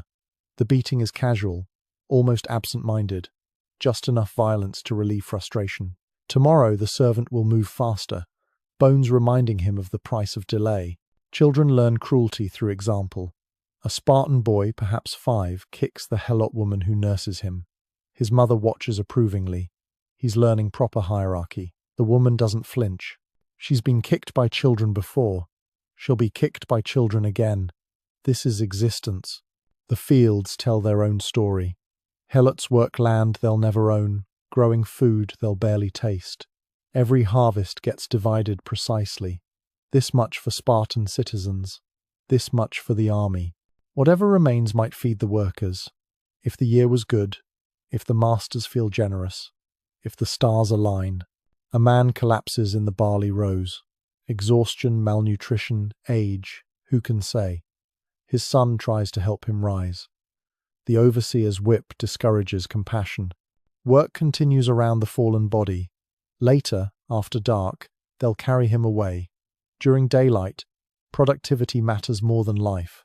The granaries fill with helot sweat and Spartan grain. Armed guards watch every handful measured. Stealing food brings death, but hunger makes thieves of saints.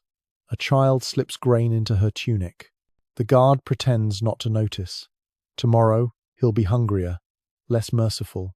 Today, something human flickers and dies. Night brings different terrors. Spartan youth hunt helots for sport and grades. The crypteia turns murder into curriculum. Families huddle together, listening for footsteps that might bring death. Parents tell children stories in whispers, afraid their own culture might be overheard and punished. A young man speaks too loudly at the well. He mentions better times, before Sparta's domination. Old-timers shush him quickly, but damage is done. Someone heard. Someone always hears. By morning, his body decorates the crossroads.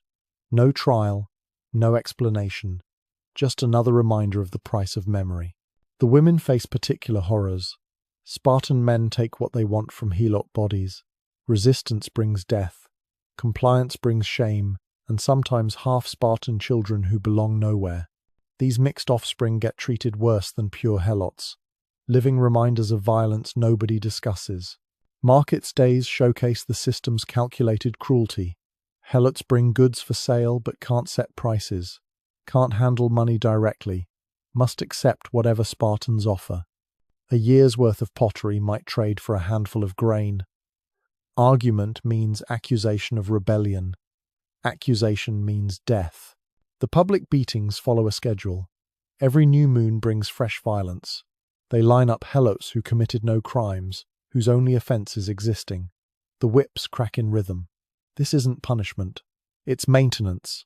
Regular brutality to prevent dangerous thoughts from forming.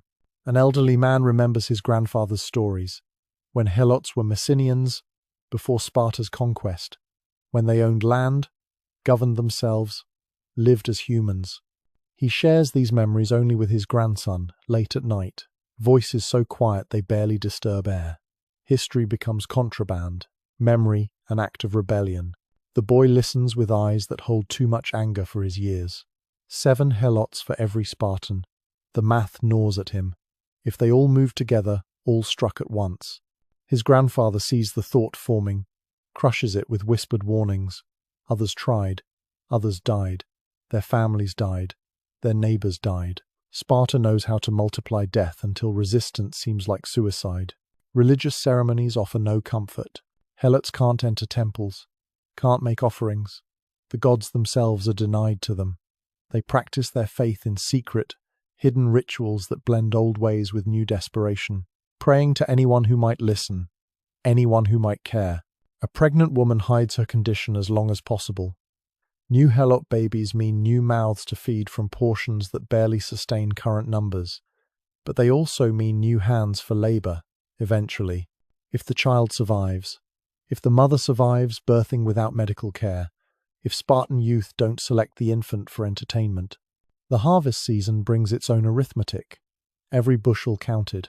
Every discrepancy investigated. A family that fails to meet quota loses rations. Lose enough rations, and winter solves Sparta's population concerns naturally. Starvation as policy. Hunger as crowd control. Young helots learn trades from their elders. Pottery, weaving, metalwork. Skills passed down through generations. They create beauty that they'll never own, strength they'll never wield. Their finest works decorate Spartan homes, their names forgotten before the clay dries. A blacksmith forges spear points that might kill his own people. A weaver creates cloaks for warriors who whip her children. They work with steady hands, poisonous knowledge locked behind neutral faces. Every creation strengthens their oppressors. Every skill serves their own degradation. The communication network operates through whispers and signals. A specific way of stacking wood means danger. A pattern woven into cloth warns of crypteia activity. They've developed a language of survival that exists beneath Spartan notice. Small victories in an ocean of defeat. Children play games that mirror their reality. They practice being invisible. Take turns being the overseer and the beaten. Learn to cry silently. Their childhood ends before it begins, crushed under the weight of inherited oppression. A woman gives birth in a field because labor waits for no one. Her sisters shield her from overseer eyes, pretend to work while she delivers life into bondage. The baby's first breath tastes of dust and desperation. Welcome to existence as property. The seasons cycle through predictable brutalities. Spring brings planting and exhaustion. Summer brings drought and starvation. Autumn brings harvest and punishment for insufficient yields. Winter brings cold and death for the weakest. The calendar of oppression never pauses. Young men feel the mathematics burning in their bones. 7-1. The numbers scream possibility. But their elders know better. They've seen rebellions crushed, watched participants flayed alive, witnessed entire families eliminated for one member's defiance. Experience teaches patience. Patience teaches survival. The market square fills again with morning's entertainment. Another random selection. Another public degradation. The chosen victim this time is barely 16, guilty of being young and strong and noticed. They force-feed him wine, while citizens cheer. His mother watches from the crowd, face empty, heart breaking behind stone features. A Spartan child, perhaps 10, throws the first stone. Others follow. The Helot boy tries to dodge through his drunken haze. The crowd finds this hilarious. Someone trips him. More laughter. Blood mixes with wine and vomit. This is education. This is how you teach superiority. The boy survives this time. They usually do. Death ends the entertainment too quickly. He'll carry scars, visible and hidden. He'll flinch when Spartans pass. He'll dream of numbers. 7-1. But he'll wake to reality. He'll bow his head. He'll endure. Evening brings the count again. Ensure no one fled. Ensure all property remains accounted for. The Helots line up, families together, awaiting judgment. Who will be tonight's example? Whose turn has come? The selection feels random but follows patterns. Strong young men who might lead, women who show pride, elders who remember too much. The overseer's finger points. A woman steps forward. Her crime might be anything. A glance too direct, work too slow, or nothing. Nothing but existing when violence needs expression. They'll beat her publicly, not to death. Death wastes resources, just enough to remind everyone of their place. Her husband doesn't move, can't move. Protection brings worse punishment. Her children don't cry, can't cry. Tears mark them for future attention. They watch their mother brutalized and learn the mathematics of powerlessness. One Spartan with a whip, 30 helots watching. No one acts. Everyone survives another day. The underground resistance exists in fragments. A tool hidden here, food cached there, knowledge preserved through whispered stories. They don't dream of successful rebellion. They dream of endurance, of outlasting, of Sparta choking on its own brutality eventually. Some Helots gain trust through decades of perfect servitude. They enter households, 10 children, hear conversations. Information flows slowly, carefully. Which warriors are gone? Which defenses are weakened? Knowledge accumulates like drops of water that might someday become a flood. The Crypteia continues its harvest. Young Spartans hunt humans for grades, perfect their killing skills on helot bodies. Families wake to find members missing. No investigation, no justice. Just empty spaces and silent grief. The state declares war on its own property annually, making murder legal and systematic. A boy watches his father die at Spartan hands. He counts as they drag the body away. 1, 2, 3 Spartans, 20 Helots in the square. 7-1 if you expand the view, but also 3 armed against 20 unarmed. The mathematics shift with perspective. Years pass.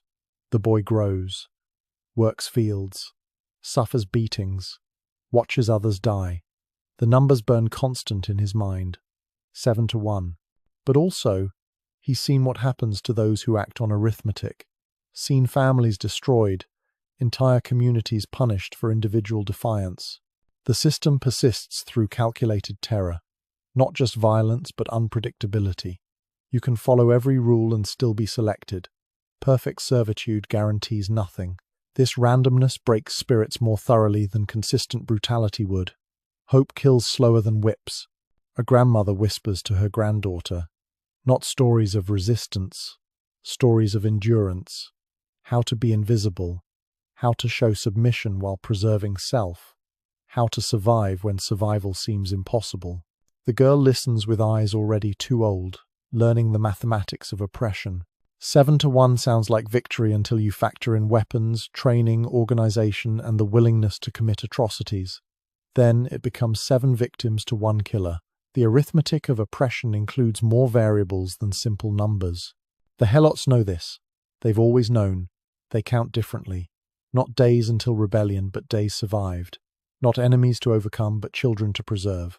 Not 7 to 1, but one day at a time.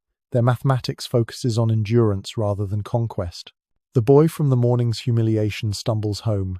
His family tends wounds without comment. Tomorrow brings new degradations. Next week another selection. Next month another death. The calendar stretches endless and repetitive. But still, they endure. Somewhere in hidden spaces, Helots practice their faith. Remember their names. Speak their language. Pass down stories Sparta would erase. Tiny acts of defiance that keep identity alive under crushing oppression. Not rebellion but resistance. Not war but survival. The night grows deep.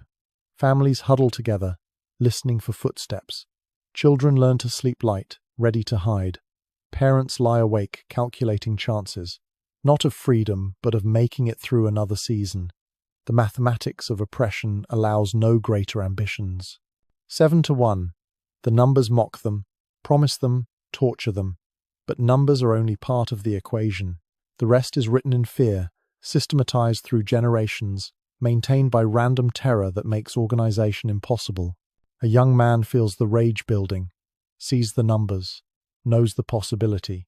His father sees it too, remembers others who felt this way. They disappeared. Their families disappeared. Sometimes entire communities vanished for harboring such thoughts. The mathematics includes subtraction.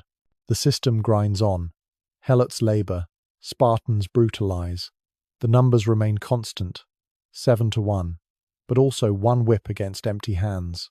One sword against bent backs. One organized state against scattered suffering. The arithmetic tells different stories depending on how you count. Tomorrow brings new counts, new selections, new examples made. The Helots will line up, submit, endure, survive, because the alternative isn't revolution but extinction. Sparta has proven repeatedly that it will murder its own economy before accepting Helot humanity. The boy grown to man still counts, still sees 7 to 1. But now he also sees his children, sees his parents, sees the price of acting on arithmetic. So he bows, works, suffers, survives, adds another day to different calculations. The darkness hides tears and planning equally. Some Helots dream of freedom, others of mere survival. Most just focus on tomorrow, on making it through another count, another selection, another day in the arithmetic of systematic oppression. 7 to 1. The numbers haven't changed in generations. Neither has the system that makes those numbers meaningless.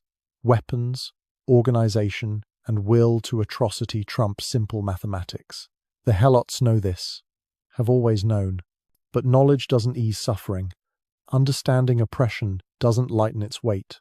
The counts continue, the beatings continue, the deaths continue, and still the Helots endure, because endurance is all the arithmetic allows. The mathematics of oppression permits no miscalculation. 7 to 1 means nothing when the one holds all power and willingness to use it. The Helots learned this lesson written in blood across generations. They survive by accepting the arithmetic, by not testing its truth. But even as they submit, the numbers gnaw at consciousness. 7 to 1. Someday, perhaps, the mathematics might shift. Someday the variables might change. Someday the arithmetic might add up differently. Until then, they count different things. Days survived, children preserved, culture maintained in whispers, identity hidden but not lost. The mathematics of endurance against the arithmetic of oppression. What would you choose faced with these numbers? Risk everything on arithmetic that promises victory through probability, or focus on smaller calculations that guarantee survival, if not freedom? 7 to 1 sounds like hope, until you factor in everything else. Then, it becomes just another number in the vast mathematics of systematic horror. But numbers, like systems built on terror, contain their own contradictions, and contradictions, given time, crack foundations. Bronze scrapes against bronze as 300 warriors lock shields. The phalanx moves as one organism, each man's survival dependent on holding formation. Break ranks, and everyone dies. Stay tight, and the machine grinds forward unstoppable. This is Spartan perfection in its purest form. The dust cloud rises 40 feet, marking their advance across the practice field. Veterans of countless battles drill beside boys fresh from the agoge. All move with identical precision. Their feet strike earth in perfect synchronization, creating thunder that carries for miles. 20 years of preparation creates this moment. Every beating absorbed as children, every night of starvation endured, every friend watched dying during training, all of it built toward this singular purpose, becoming indistinguishable parts in a military mechanism. The commander barks an order. 300 bodies pivot left without thought. Individual decision-making died in the agoge. These men operate through muscle memory and conditioned response. Their minds stay empty of everything except maintaining formation. An unexpected boulder appears in their path. In other armies, soldiers would flow around obstacles, adapt to terrain, think for themselves. Spartans march straight through. The front rank's shins shatter against stone. They fall. The next rank steps on their bodies without pause. The formation holds. This inflexibility is feature, not flaw, at least according to those who designed the system. Thinking soldiers hesitate. Questioning warriors create gaps. Sparta needs neither thought nor question. Only obedience crystallized into bone and sinew. The wounded men crawl from beneath trampling feet. Their legs hang at impossible angles. Tomorrow they'll be judged. Those who heal quickly might return to service. Those who don't face the same cliff that swallowed imperfect infants. Sparta wastes nothing on broken tools. Another drill begins. Attack patterns practiced 10,000 times. The spear thrust that targets the gap between breastplate and helmet. The shield bash that breaks enemy faces. The footwork that maintains formation while climbing over corpses. Every motion stripped of variation, personality, choice. A messenger arrives, sprinting across the field. Real combat summons them north. Some minor city refuses tribute. Time to demonstrate why Spartan military perfection terrifies all Greece. The men receive these orders with faces carved from stone. Excitement is emotion. Emotion is weakness. They march out at dawn. 300 identical warriors moving with mechanical precision. Their families watch from doorways. Wives who might take new lovers before they return. Mothers who train themselves not to grieve. Children who'll either see their fathers again or won't. The first day covers 20 miles. They camp without tents, exposed to mountain cold. Soft armies would complain, would huddle together for warmth. Spartans lie separately, maintaining formation even in sleep. The temperature hardens them further.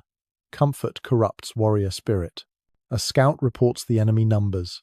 2,000 citizen soldiers, not professionals but merchants and farmers defending their homes. They have passion, desperation, the advantage of familiar terrain.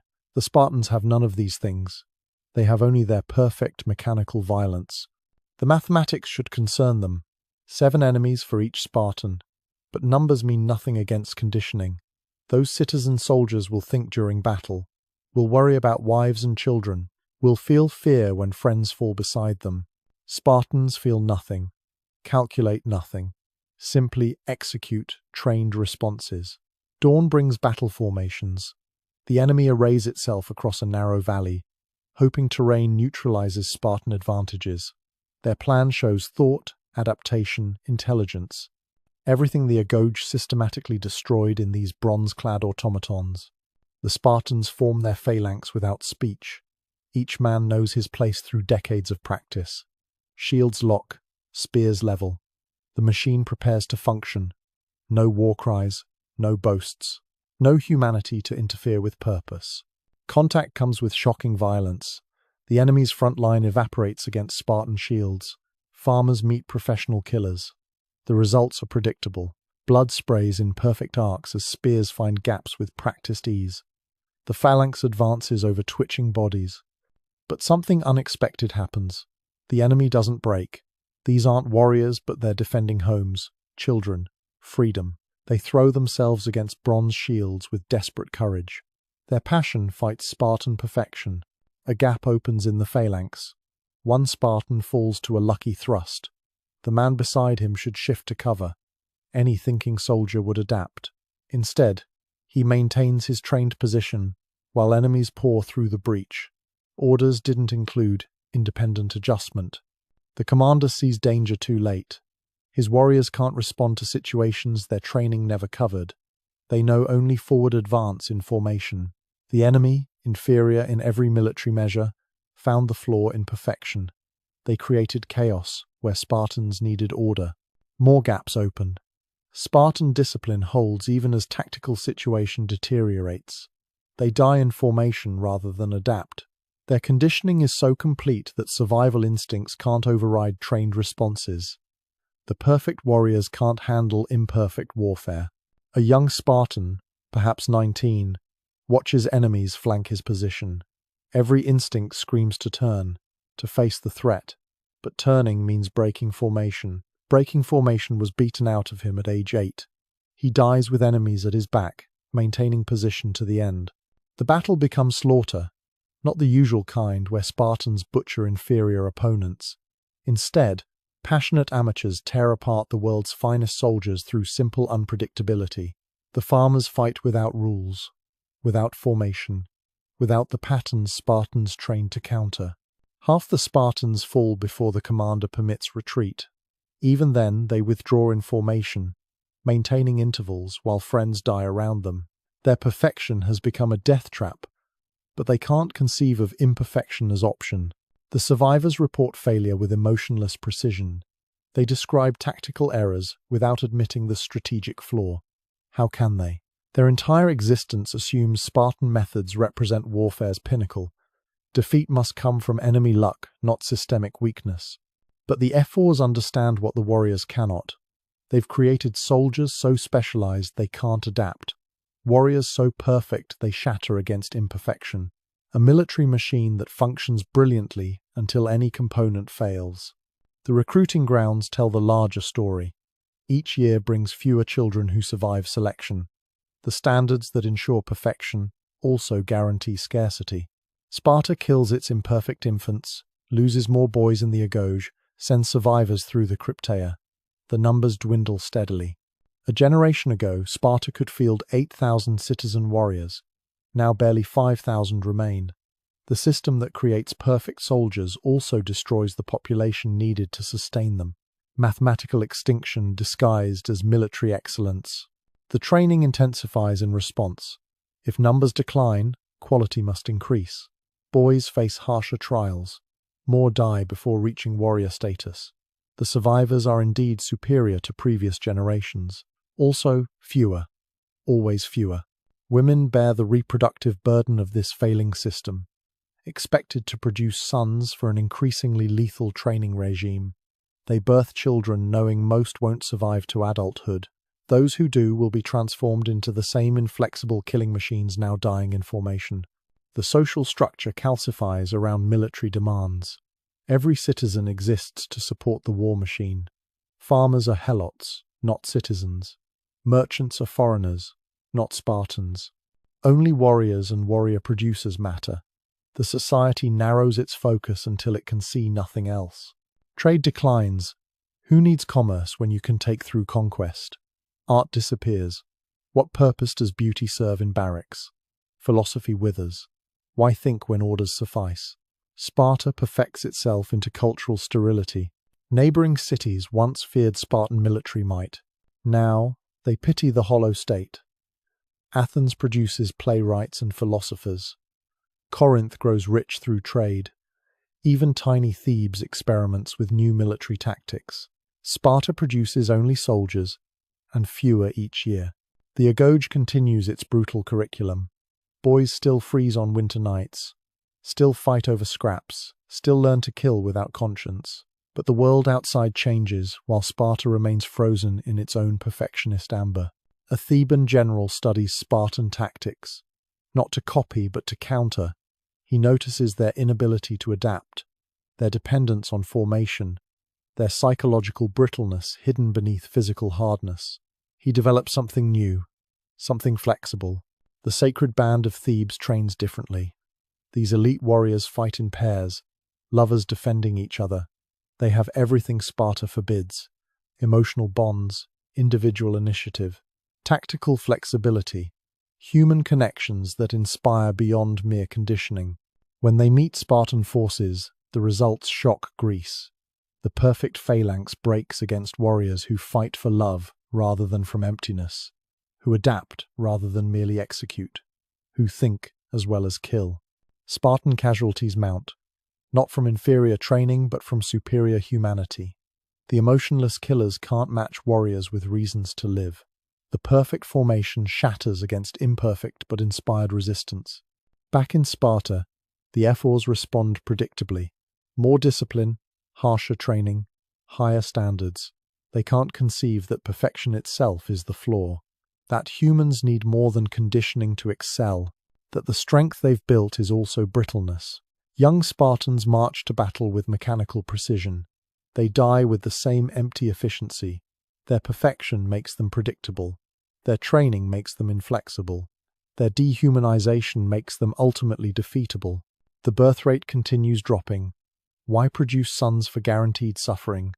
Women space pregnancies further apart. Use herbal preventives. Some risk the temple punishment rather than feed more children to the machine. The population pyramid inverts. Foreign observers note the irony.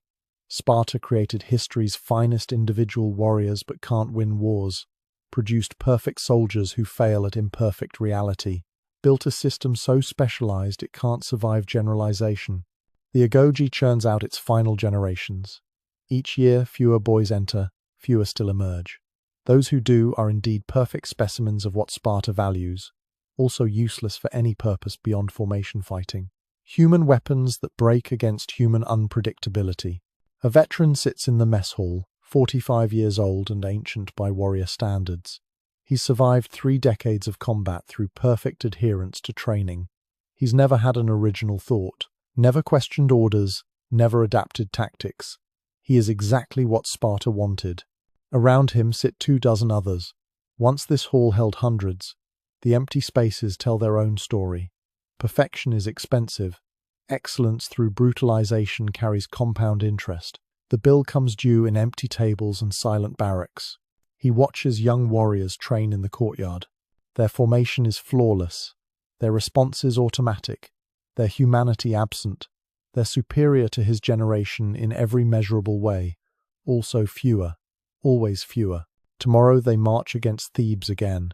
They'll form perfect phalanxes, execute flawless maneuvers, die in geometrically precise formations. The enemy will fight chaotically, emotionally, adaptively. The outcome is predictable. The contradiction strangles logic. Sparta knows only one solution to problems: more intensity. Failures come from insufficient perfection. Defeats mean training wasn't harsh enough. The cure for systematic flaws is always more system. A boy in the agoge practices spear thrusts. His form is perfect. His mind is empty. His future is written in the diminishing numbers around him. He'll become an exemplary warrior in a dying system. A perfect soldier in an imperfect world. The helots watch from the edges. They see the mathematics shifting. Fewer warriors each year. More dependence on brutality over numbers. The 7-to-1 ratio grows more extreme. Still, they wait. Survival requires patience. Foreign military innovations spread across Greece. Combined arms, cavalry tactics, siege weapons, flexible formations. Sparta ignores them all. Perfection needs no improvement. The phalanx is eternal. Until it isn't. The perfect warrior paradox reaches its conclusion through simple arithmetic. You can't breed soldiers from soldiers indefinitely. Can't sustain population through brutalization. Can't maintain society focused solely on one specialized function. Other cities build walls, develop navies, create economic alliances. Sparta builds only warriors. When those warriors fail, it has nothing else. No adaptability, no alternatives, no future beyond the next perfect phalanx. The system grinds toward its inevitable end. Each generation smaller but more specialized. Each warrior more perfect but less human. Each victory more difficult. each defeat more devastating, the machine consuming itself through its own excellence. A messenger brings news from the northern frontier. Another Spartan force surrounded. Another perfect formation shattered by imperfect enemies. Another set of conditioned killers dead because they couldn't think beyond their training. The E4s meet in council.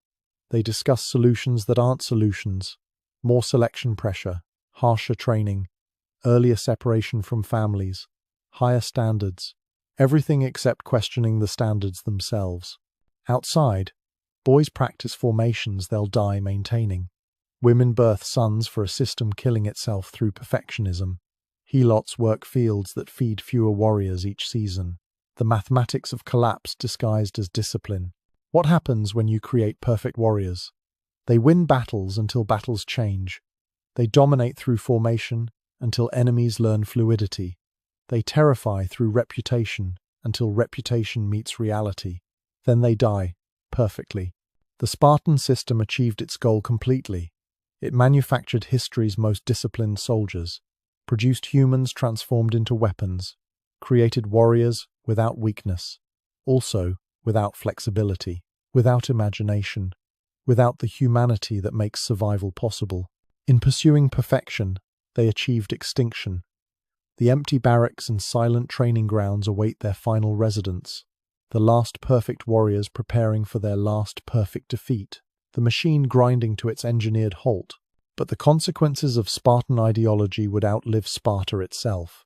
The dream of creating perfect citizens through systematic brutality would hibernate through centuries, waiting for new disciples to resurrect its horrors. The flickering lamplight catches on papyrus, as ancient fingers trace words across the page. Plato sits in his Athenian study, transforming blood into philosophy, turning systematic brutality into abstract ideals. What his eyes witnessed in Sparta becomes something else entirely through the alchemy of distance and intellect. His pen moves with careful precision, describing warrior philosophers who exist nowhere but in his imagination. The boys he saw beaten into submission become noble guardians in his republic. The women forced to breed warriors transform into equal partners in governance. The systematic murder of infants becomes selective cultivation of virtue. 3 scrolls already fill with his improvements on Spartan reality. Where he observed mindless obedience, he writes of wisdom-loving rulers. Where children died from manufactured starvation, he describes moderate hardship-building character. The cryptea's human hunts vanish entirely, replaced by tests of moral courage. A wealthy student enters, eager for wisdom. He's read Plato's earlier work, dreams of this perfected state, where philosophers rule and justice prevails. His eyes shine with idealism as he asks about implementing these concepts. He wants to build Plato's republic, never knowing it's founded on Sparta's bones. The transformation continues through each carefully chosen word. Plato remembers the empty eyes of Agoj survivors, but writes of spiritual enlightenment through discipline. He recalls mother's tears at separation, but describes it as necessary sacrifice for communal good. Every horror gets filtered through intellectual distance until it emerges clean, theoretical, bloodless. Years pass in Athens while Plato's writings spread across the Mediterranean. Educated Romans devour his republic, seeing blueprint rather than warning. They admire the rigid class structure, the state control of reproduction, the subordination of individual to collective. They miss entirely that Plato was sanitizing atrocity, not advocating it. A Roman senator quotes Plato during debates about citizen virtue. He's never been to Sparta, never seen the reality behind the philosophy. To him, these ideas exist purely as concepts, divorced from the broken children and empty barracks. He advocates for Roman youth to embrace Spartan discipline, meaning Plato's version, not the truth. The manuscripts multiply through centuries of copying. Each scribe adds their own interpretations, their own distance from reality. Sparta becomes myth, becomes philosophy, becomes inspiration. The blood washes away through layers of abstraction until only pure ideas remain. Medieval monks discover Plato in dusty libraries. They see Christian virtue in his emphasis on spiritual over physical, never realizing they're reading sanitized paganism. The Republic becomes guide for monastic discipline.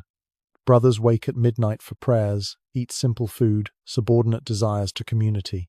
They think they're following divine wisdom, not echoes of Spartan brutality filtered through Greek philosophy. The Renaissance arrives with its hunger for classical knowledge. Scholars unearth every fragment of Plato, treating his words as gospel of rational governance.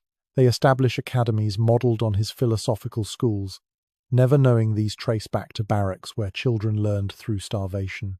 Machiavelli reads Plato alongside Plutarch's Lives of Spartans. He sees the connection others miss, recognizes the brutality beneath philosophy's veneer, but rather than recoil, he embraces it. His prince advocates for necessary cruelty, for the ruler who inspires fear over love. He strips away Plato's prettifying language, revealing the mechanical power beneath. A Florentine prince implements Machiavelli's advice, which derives from Plato's Republic, which sanitized Spartan horror. Each iteration moves further from source while maintaining the essential poison, that humans can be perfected through systematic control, that the state matters more than souls, that brutality becomes virtue if properly rationalized. The printing press spreads these ideas faster than ever before. What took centuries now happens in decades. Plato's Republic appears in every European language. University students debate its merits. Political theorists mine it for insights.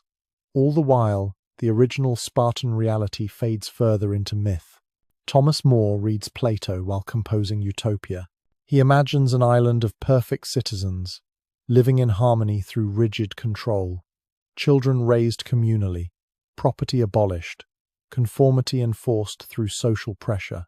He thinks he's improving on Plato, who thought he was improving on Sparta. Each iteration makes the poison sweeter. The Enlightenment brings new readers to old texts. Rousseau discovers Sparta through Plutarch and Plato simultaneously. He sees noble savages corrupted by civilization, missing entirely that Spartan nobility came through systematic dehumanization. His writings inspire revolution, promising to create citizens as virtuous as ancient warriors. French revolutionaries quote Rousseau quoting Plato sanitizing Sparta. They establish committees of public safety that monitor citizen virtue. They create new calendars to control time itself. They execute those who fail revolutionary purity. The distance from a gouge to guillotine seems vast, but runs straight through philosophy's laundering. A young German student reads Plato in university. Friedrich Nietzsche sees through some veils, recognizes the violence beneath virtue, but rather than reject it, he celebrates the will to power, the creation of supermen through struggle. His notebooks fill with admiration for Spartan hardness, though he knows it only through philosophical distance. The ideas metastasize through European intellectual circles. Each philosopher adds their interpretation, their distance, their abstraction. Sparta becomes symbol rather than reality. Its brutality transforms into necessary hardship. Its systematic child abuse becomes character building. Its racial ideology becomes selective breeding for excellence. 20th century arrives with mechanized horror. Engineers of genocide read philosophical justifications in classical texts. They quote Plato on guardian classes, reference Spartan elimination of the weak, cite philosophical precedent for treating humans as breeding stock. The abstractions become concrete again, but magnified through industrial efficiency. A scholar in 1920s Germany writes dissertations on Spartan racial purity. He's never studied the actual archaeological evidence, only the philosophical interpretations. Plato's Republic sits on his shelf beside treatises on eugenics. The connection seems natural to him, ancient wisdom supporting modern science. The ideas spread through academic conferences, scholarly journals, university lectures. Each iteration adds respectability, distance, abstraction. Young minds absorb the poison thinking it's medicine. They learn about necessary hardship, useful struggle, the subordination of individual to state, all wrapped in philosophical language that obscures the originated horror. Politicians discover these scholarly works. They see justification for programs they already desire. Forced sterilization finds precedent in Spartan infant selection. Youth indoctrination programs reference agouge training. Racial ideology claims classical foundation. Plato's name lends authority to atrocity. The wheel comes full circle as modern states create their own versions of the agog, youth organizations that separate children from parents, training camps that build ideology through hardship, selection processes that eliminate the different, all justified through philosophical precedent that began with Plato's washings of Spartan blood. A professor lectures on political philosophy today. She teaches Plato's Republic as foundational text, discussing its influence on Western thought. Her students take notes on ideal states and philosopher kings. The syllabus includes no mention of Spartan reality. The washing is so complete that even educators don't see the stains. The books multiply on library shelves. Each new translation, each fresh interpretation adds another layer between readers and reality. Sparta exists now only as idea. Its brutality survives as philosophy. Its horrors live on as inspiration for those who would perfect humanity through control. Modern think tanks quote classical philosophy while designing policy. They reference Platonic ideals while advocating for educational reform. They speak of producing better citizens through proper training. The language sounds reasonable, academic, bloodless. The distance from agog to modern classroom seems infinite, but operates on identical principles. Students graduate with heads full of philosophical ideals, never knowing their intellectual heritage traces to children beaten on cold stones. They enter government, education, social planning. They implement policies based on ideas they think are pure, rational, beneficial. The laundering is so thorough they can't see the blood. Contemporary debates about human perfectibility inevitably reference classical sources. Bioethicists cite Plato when discussing genetic enhancement. Educational theorists point to Spartan discipline when advocating for stricter standards. The philosophy provides cover for impulses that would horrify if stated plainly. The internet accelerates this philosophical laundering. Ideas spread instantly. Context disappears immediately. Someone quotes Plato on Twitter. Another shares inspiring Spartan sayings. The brutality behind the words vanishes in the speed of transmission. Each share adds distance. Each like sanitizes further. Online communities form around classical philosophy. They discuss virtue ethics and political theory. They debate interpretations of Republic passages. They imagine implementing these ideas in modern contexts. None pause to trace the genealogy of concepts they so admire. A startup founder reads Plato for leadership insights. He implements guardian culture in his company. Employees undergo intensive training. Weak performers face elimination. The language comes from philosophy books, but the impulse is older. Create perfect workers through systematic pressure. The ideas hide in plain sight throughout our discourse. When we speak of meritocracy, we echo Plato's guardian class. When we advocate for standardized testing to sort students, we follow philosophical precedent. When we discuss necessary hardship building character, we repeat sanitized brutality. Each generation rediscovers these texts anew. Each reads through their own context, adds their own distance. The original horror becomes increasingly theoretical. Sparta transforms from historical reality to philosophical metaphor to practical inspiration. The blood never fully washes out, just becomes invisible. A graduate student writes her thesis on educational philosophy. She critiques modern schooling through Platonic lens. Her proposals for reform include increased discipline, standardized curriculum, separation of high performers. She thinks she's progressive. She can't see she's advocating for philosophical agog. The cycle continues endlessly. Philosophers sanitize horror into theory. Theorists transform theory into policy. Policymakers implement without understanding origins. Citizens suffer consequences of ideas they can't trace. The machinery of philosophical laundering operates smoothly, efficiently, invisibly. Books pile upon books in endless libraries. Each adds interpretation, distance, abstraction. The original Spartan brutality becomes footnote, becomes myth, becomes inspiration. Scholars build careers analyzing texts that began as witness to atrocity. The washing is so complete that questioning it seems absurd. Modern movements claim classical heritage without irony. They speak of returning to ancient wisdom, They advocate for traditional values. They quote philosophers who quoted historians who witnessed horror.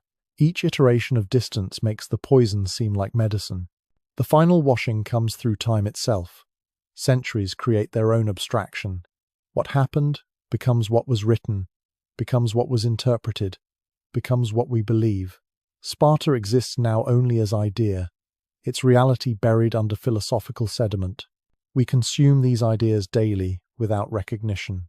When politicians speak of citizen virtue, when educators discuss character building, when parents advocate for strict discipline, they channel philosophical traditions they don't fully understand.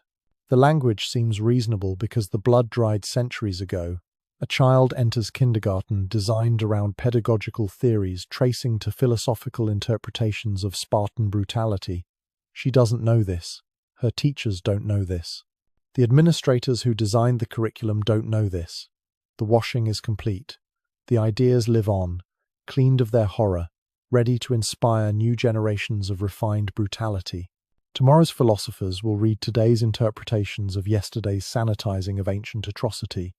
They'll add their own distance, their own abstractions. They'll find new applications for old ideas.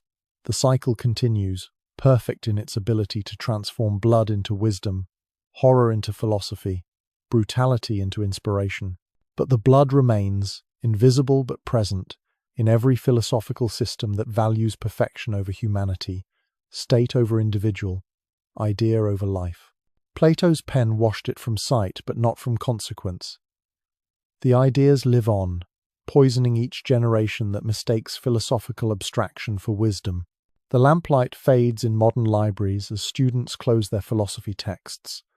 They've learned about justice, virtue, the good life.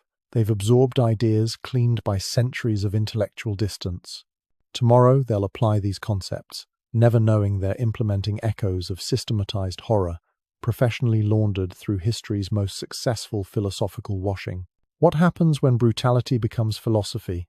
It spreads, it inspires, it reproduces itself through generations of thinkers who mistake distance for wisdom. And somewhere, in policies and pedagogies and political systems, the original horror lives on, transformed beyond recognition but perfectly preserved in its essential cruelty. The washing is complete, the blood invisible, the ideas eternal. And tomorrow, another student opens Plato's Republic, ready to discover wisdom where horror once lived. The barracks stand empty now. Dust settles on stone floors where thousands once slept. Mountain wind whistles through gaps that no longer need to admit cold for hardening young bodies. The Agoge's final class graduated 3 summers ago. 20 boys entered. 4 emerged. None have returned to fill these halls with new recruits. Outside, weeds push through the training ground. The running track disappears beneath wild grasses. Posts where boys once hung for whippings rot untended. Nature reclaims what systematic brutality built, and no one stops her. No one remains who could. The E4s meet in a chamber designed for 40 voices. 5 old men fill less than a corner. Their discussion circles the same impossible mathematics.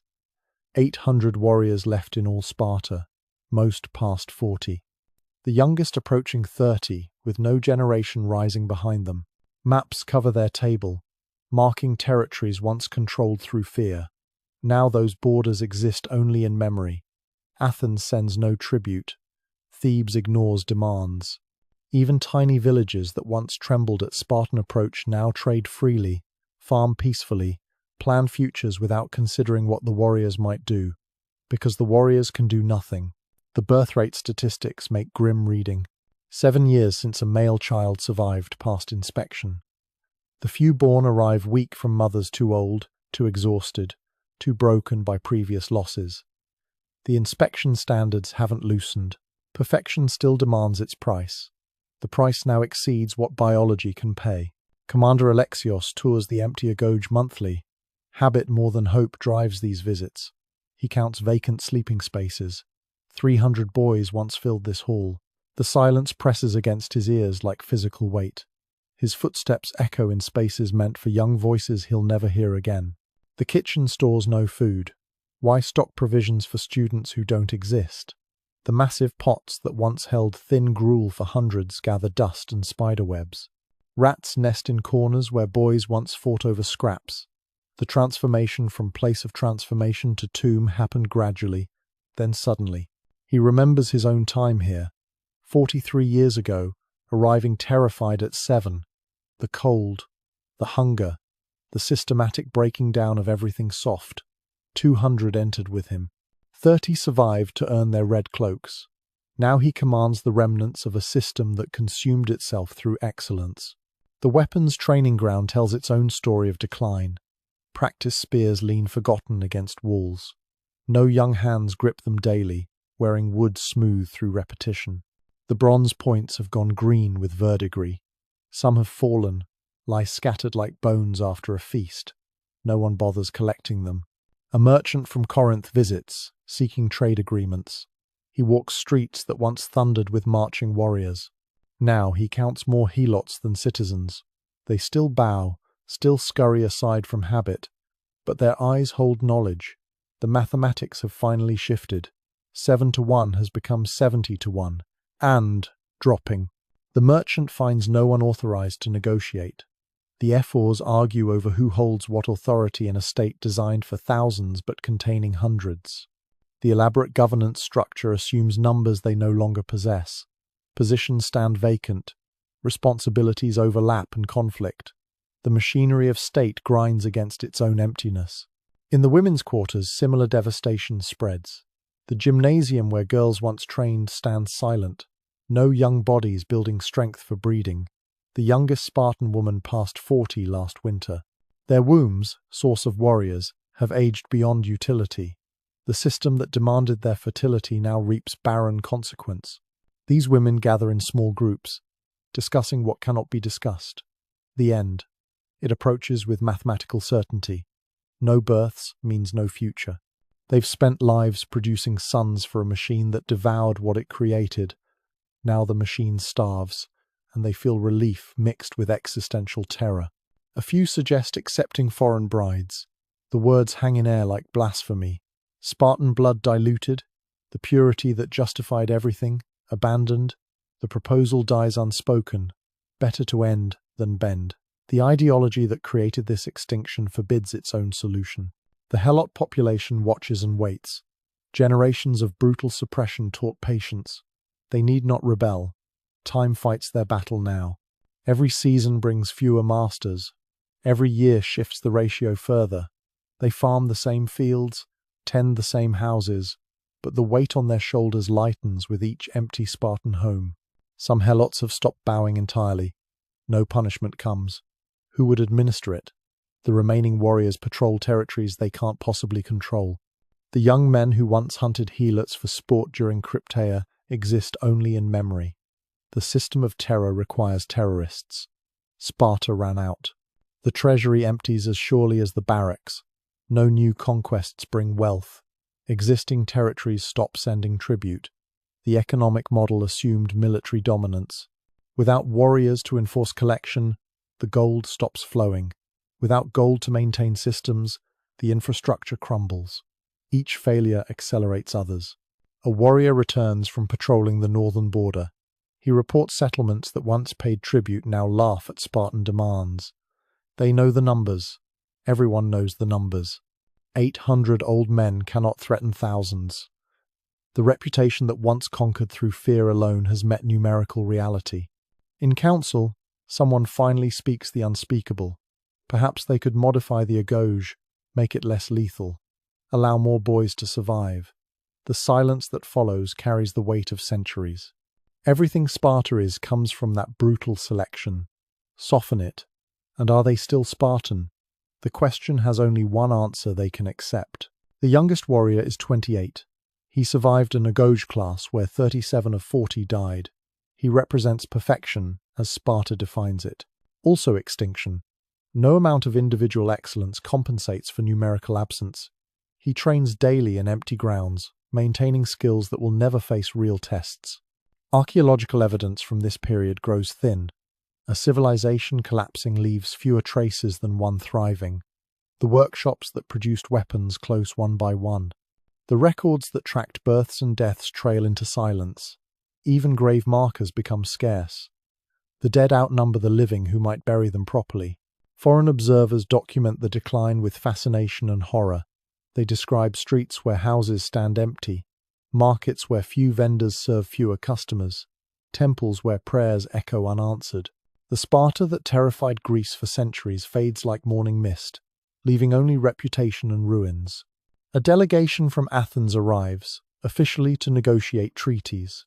Privately, they come to witness the end of their ancient enemy. They walk through the agoge, noting its emptiness. They count warriors in the training ground. They understand what Spartans cannot admit. The future has already arrived. It contains no Sparta. The Athenians offer alliance, even integration. Spartan citizens could join the Athenian democracy. Their military expertise would be valued. Their children could grow without the agoge's brutal selection. It's a lifeline disguised as diplomacy. The ephors refuse without discussion. Sparta dies, Spartan, or becomes nothing. This pride accelerates the mathematical certainty. Other dying cities might adapt, accept dilution for survival. Sparta's ideology forbids compromise. They created a system so pure it cannot bend. It must break completely or continue unchanged. Since continuation is numerically impossible, breaking becomes destiny. The last wedding in Sparta happens without ceremony. A warrior of 35 takes a wife of 38. Both understand the futility. Her womb has passed its fertile years. His seed meets barren ground. They marry from habit, following customs that assumed futures they cannot create. Their union produces only shared solitude. Commander Alexios makes his final inspection of the agoge. He's 60 now, ancient by warrior standards. His joints protest movements that training made automatic. He walks halls where he learned to be inhuman. Every corner holds memory. Every stone speaks of boys who didn't survive to share his grey hairs. The inspection ends at the infant examination room. The table where newborns face judgment sits exactly as left, waiting for babies who will never come. The measuring rods gather dust. The scales show rust. The system perfected for selecting excellence waits eternally for subjects that biology can no longer provide. A runner brings word from the southern settlements. Another territory declares independence. No warriors march to reclaim it. The runner is Helot, carrying messages between masters who grow fewer each season. He bows from habit, but his eyes hold tomorrow's knowledge. Soon there will be no one left to bow to. The remaining Spartans understand but cannot articulate their situation. Admitting failure would betray everything they suffered to become.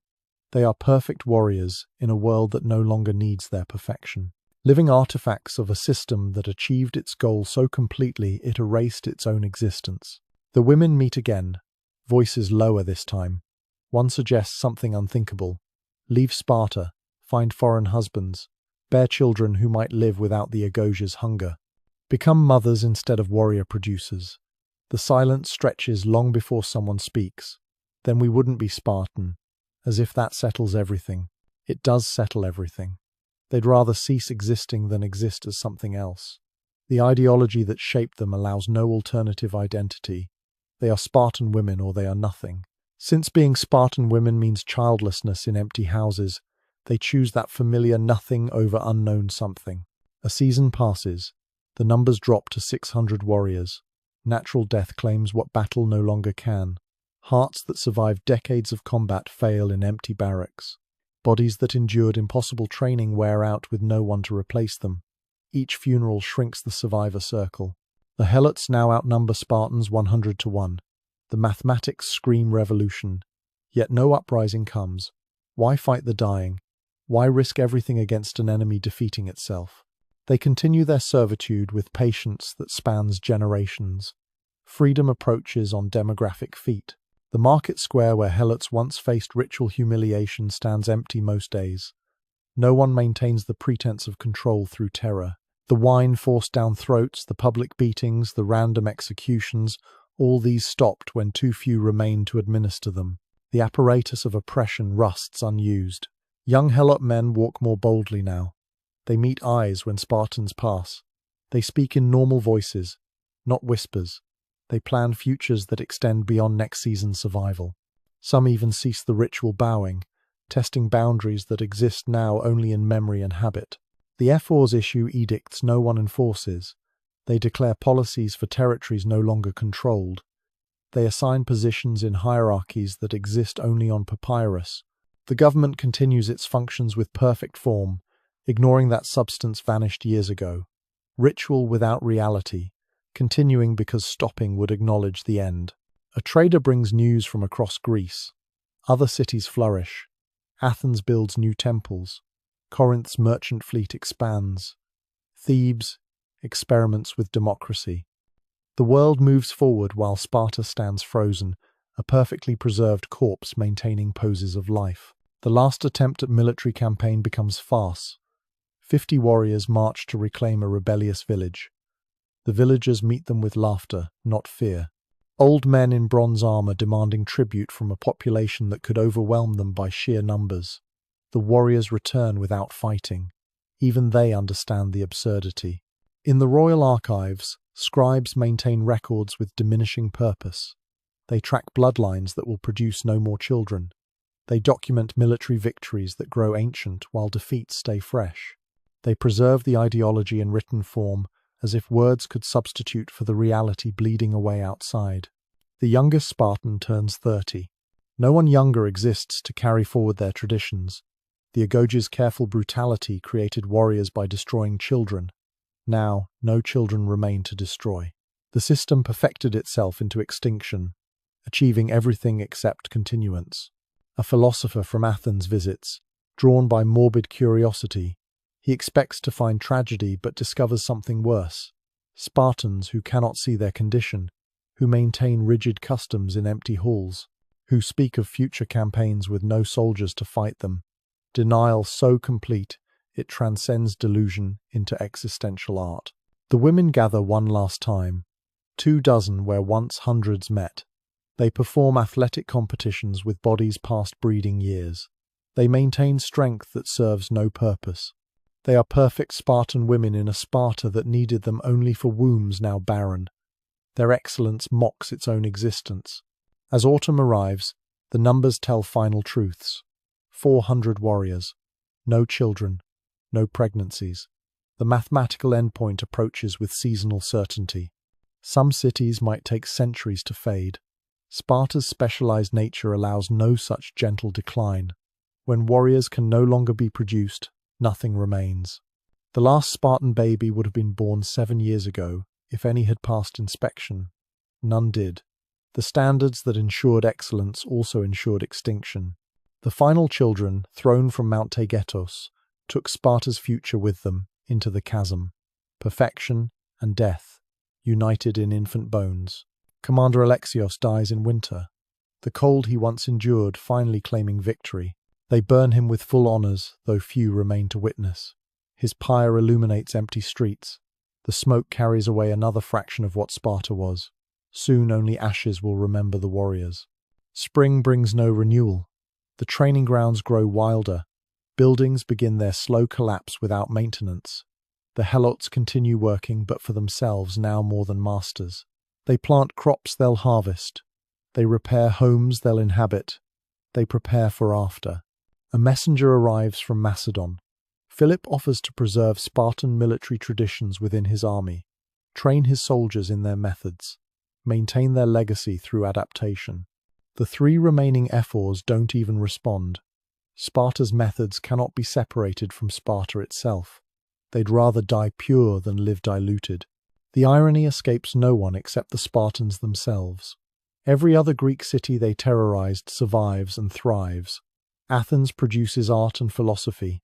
Corinth grows rich through trade. Even tiny villages they once destroyed rebuild and flourish. Only Sparta, perfect in its warrior creation, faces extinction. The helot observation sharpens as numbers dwindle. 300 Spartans remain. 200. Each death shifts ratios further. They've waited centuries for this moment. Not through rebellion, but through patience. The mathematics they've always known finally manifest. 7-1 became 70-1, becomes infinity to 0. The last Spartan woman dies unmourned. She represented everything the system created and constrained. Strong beyond measure, capable beyond compare. Reduced to breeding stock in a system that ultimately made breeding impossible, her death eliminates half of Sparta's essential equation. Without women to birth warriors, no warriors can exist. Foreign visitors stop coming. Nothing remains worth seeing. Empty barracks impress no one. Abandoned training grounds inspire nothing. The reputation that once brought observers seeking military secrets meets reality of ruins.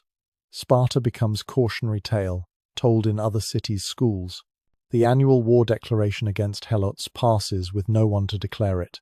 That legal fiction that permitted systematic murder requires declarers and murderers. Both categories approach empty sets. The helots work fields without fear for the first time in centuries. The system of terror lacks both systematizers and terrorizers.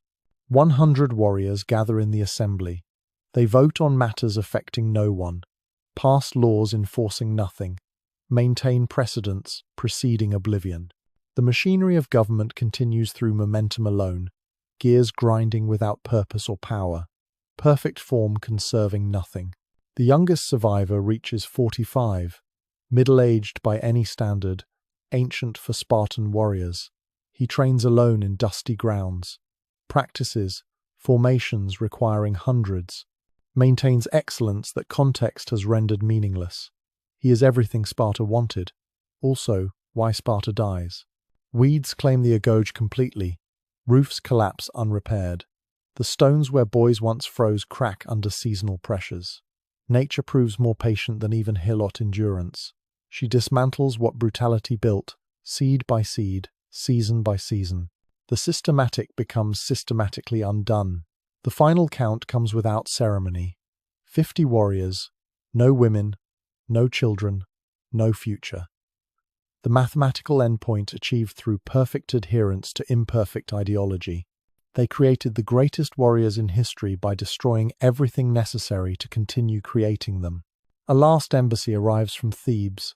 They offer citizenship, integration, survival. The remaining Spartans refuse as expected. They'll die as they lived, purely what they were made to be. The embassy leaves them to their chosen extinction. There's nobility in it, perhaps. Also stupidity. The two intertwine inseparably. The helots inherit by default. No revolution necessary. No violence required. Just patience extending across centuries, until mathematics completed what courage could never attempt. They walk into empty Spartan homes, claim abandoned fields, take what patience earned and oppression relinquished. 40 warriors meet in assembly. They speak of past glories, plan impossible futures, ignore present reality. Their words echo in chambers built for hundreds. Each voice grows thinner against stone that remembers thousands. They are perfect echoes of what Sparta was, growing fainter with each iteration. The end approaches with individual deaths, not grand catastrophe. One warrior's heart fails. Another's wounds from ancient battles finally claim victory. Each death subtracts from an already impossible equation. The countdown continues with biological certainty. 20 remain, then 10, then 5. Each knows they witness not just personal ending but civilizational extinction. Everything they suffered to become dies with them. Every brutal lesson learned in the agouge vanishes. Every principle defended through murder evaporates. They are living museums of discontinued atrocity. The last Spartan warrior sits alone in the empty assembly. He is perfection incarnate, everything the agouge designed, stronger than any enemy, disciplined beyond human norms, willing to kill without conscience, ready to die without fear. Also the only one left. Perfection achieved, purpose eliminated. He speaks to empty stones about honor, duty, the Spartan way. His voice carries nowhere. No one remains to hear or answer. The ideology that created him allows no adaptation, no compromise, no survival through change. He embodies everything Sparta valued. Therefore, he embodies extinction. The helots find his body 3 days later. They bury it without ceremony in ground that holds thousands of their own murdered across centuries. No marker distinguishes this grave. The last Spartan joins anonymous ranks of those the system consumed. perfection and victim united in unmarked earth. Silence claims the city. Not peaceful silence, but the empty echo of spaces built for purposes no longer served. The barracks stand vacant. The training grounds grow wild. The assembly hears no voices. Sparta exists now only as architecture awaiting collapse. Traders passing through report the emptiness to other cities. The news spreads without surprise. Everyone saw this coming except those living it. The mathematical certainty played out exactly as predicted. A system that creates warriors by destroying everything else eventually runs out of everything else. Philosophers debate lessons learned. How perfect systems contain imperfect assumptions. Why strength without flexibility becomes brittleness. The way ideology can blind adherence to obvious endpoints. Sparta becomes classroom example of excellence, achieving extinction. The Helots rename their city. They govern themselves for the first time in centuries. Their children grow without fear of midnight raids. Their harvests feed their own families. They remember oppression but build beyond it. Life continues where death perfected itself into absence. Archaeologists will find the ruins, document the empty agorge, measure the abandoned barracks, trace the outline of systematic brutality in stone and silence. They'll theorize about the end, count the demographics, calculate the timeline, miss nothing important, because the evidence surrounds them. A civilization that chose death over change, that perfected its values into non-existence, that created the ultimate warriors by destroying everything warriors protect. The contradiction manifests in empty buildings that once echoed with children's screams. Tourists walk these grounds. Guides explain the warrior culture.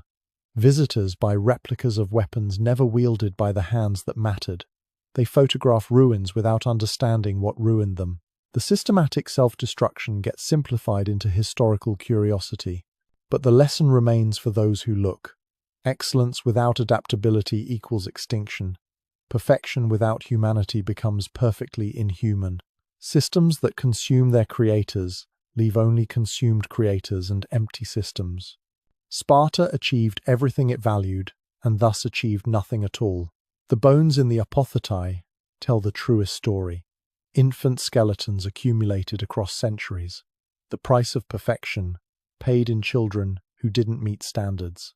Each tiny skeleton a subtraction from an equation that could only decrease. They threw away their future one imperfect baby at a time. The empty assembly still waits. Stone seats carved for bodies that no longer exist. Laws written on walls with no one to read or enforce them. The perfect government governing nothing perfectly. Form outlasting function. Structure outliving purpose. Architecture as monument to ideological suicide. What remains of Sparta is what Sparta never valued. The Helot patience that waited centuries. The human adaptability that accepts change. The simple mathematics of survival over perfection. Everything the agorge tried to eliminate flourishes in its absence. The warriors are gone. The system is broken. The ideology lies buried with its last adherent. But the fields still grow grain. Children still play in streets. Life continues with the messiness Sparta couldn't tolerate. Imperfection thrives where perfection died. The final lesson writes itself in absence. 800 warriors, then 400, then none. The countdown that began with impossible standards continued through mathematical certainty. They created a system so specialized it couldn't survive generalization, so perfect it couldn't endure imperfection, so successful it succeeded itself into non-existence. Sparta ended not with invasion or catastrophe, but with empty cradles and silent barracks. The perfect warriors won every battle except against time and biology. They defeated external enemies while losing to internal contradictions. They achieved immortality through reputation and mortality through reality. The stones remember what humans forget. These walls heard the last heartbeats of the last believers in a system that consumed itself. These grounds felt the final footsteps of warriors with no war to fight. This emptiness speaks louder than any army Sparta ever fielded. But stones crumble. Memory fades. Legend replaces reality. The Sparta of imagination outlives the Sparta of empty barracks. The perfect warriors march on in stories, unconscious of their extinction. The ideology persists in philosophy, cleaned of its ultimate consequence. Tomorrow, someone will read about Spartan excellence, dream of that martial perfection, miss the empty assembly, the barren wombs, the silence where children's voices should echo. They'll see the warriors but not the absence, the strength but not the sterility, the perfection but not the price. The extinction event completes itself in forgetting, not just biological death but historical transformation. Sparta becomes what it never was through not being what it always was, perfect unto death, remembered unto fiction, extinct unto inspiration. The last lesson waits unlearned, that excellence without humanity equals extinction, that perfection without adaptability achieves only perfect ending, that systems consuming their creators leave nothing but consumed creators and systematic absence. Sparta proved this, absolutely. The proof stands empty, waiting for new students of extinction. The agoge trains no one. The assembly governs nothing. The warriors exist nowhere but imagination. The perfection achieved its goal. Nothing remains.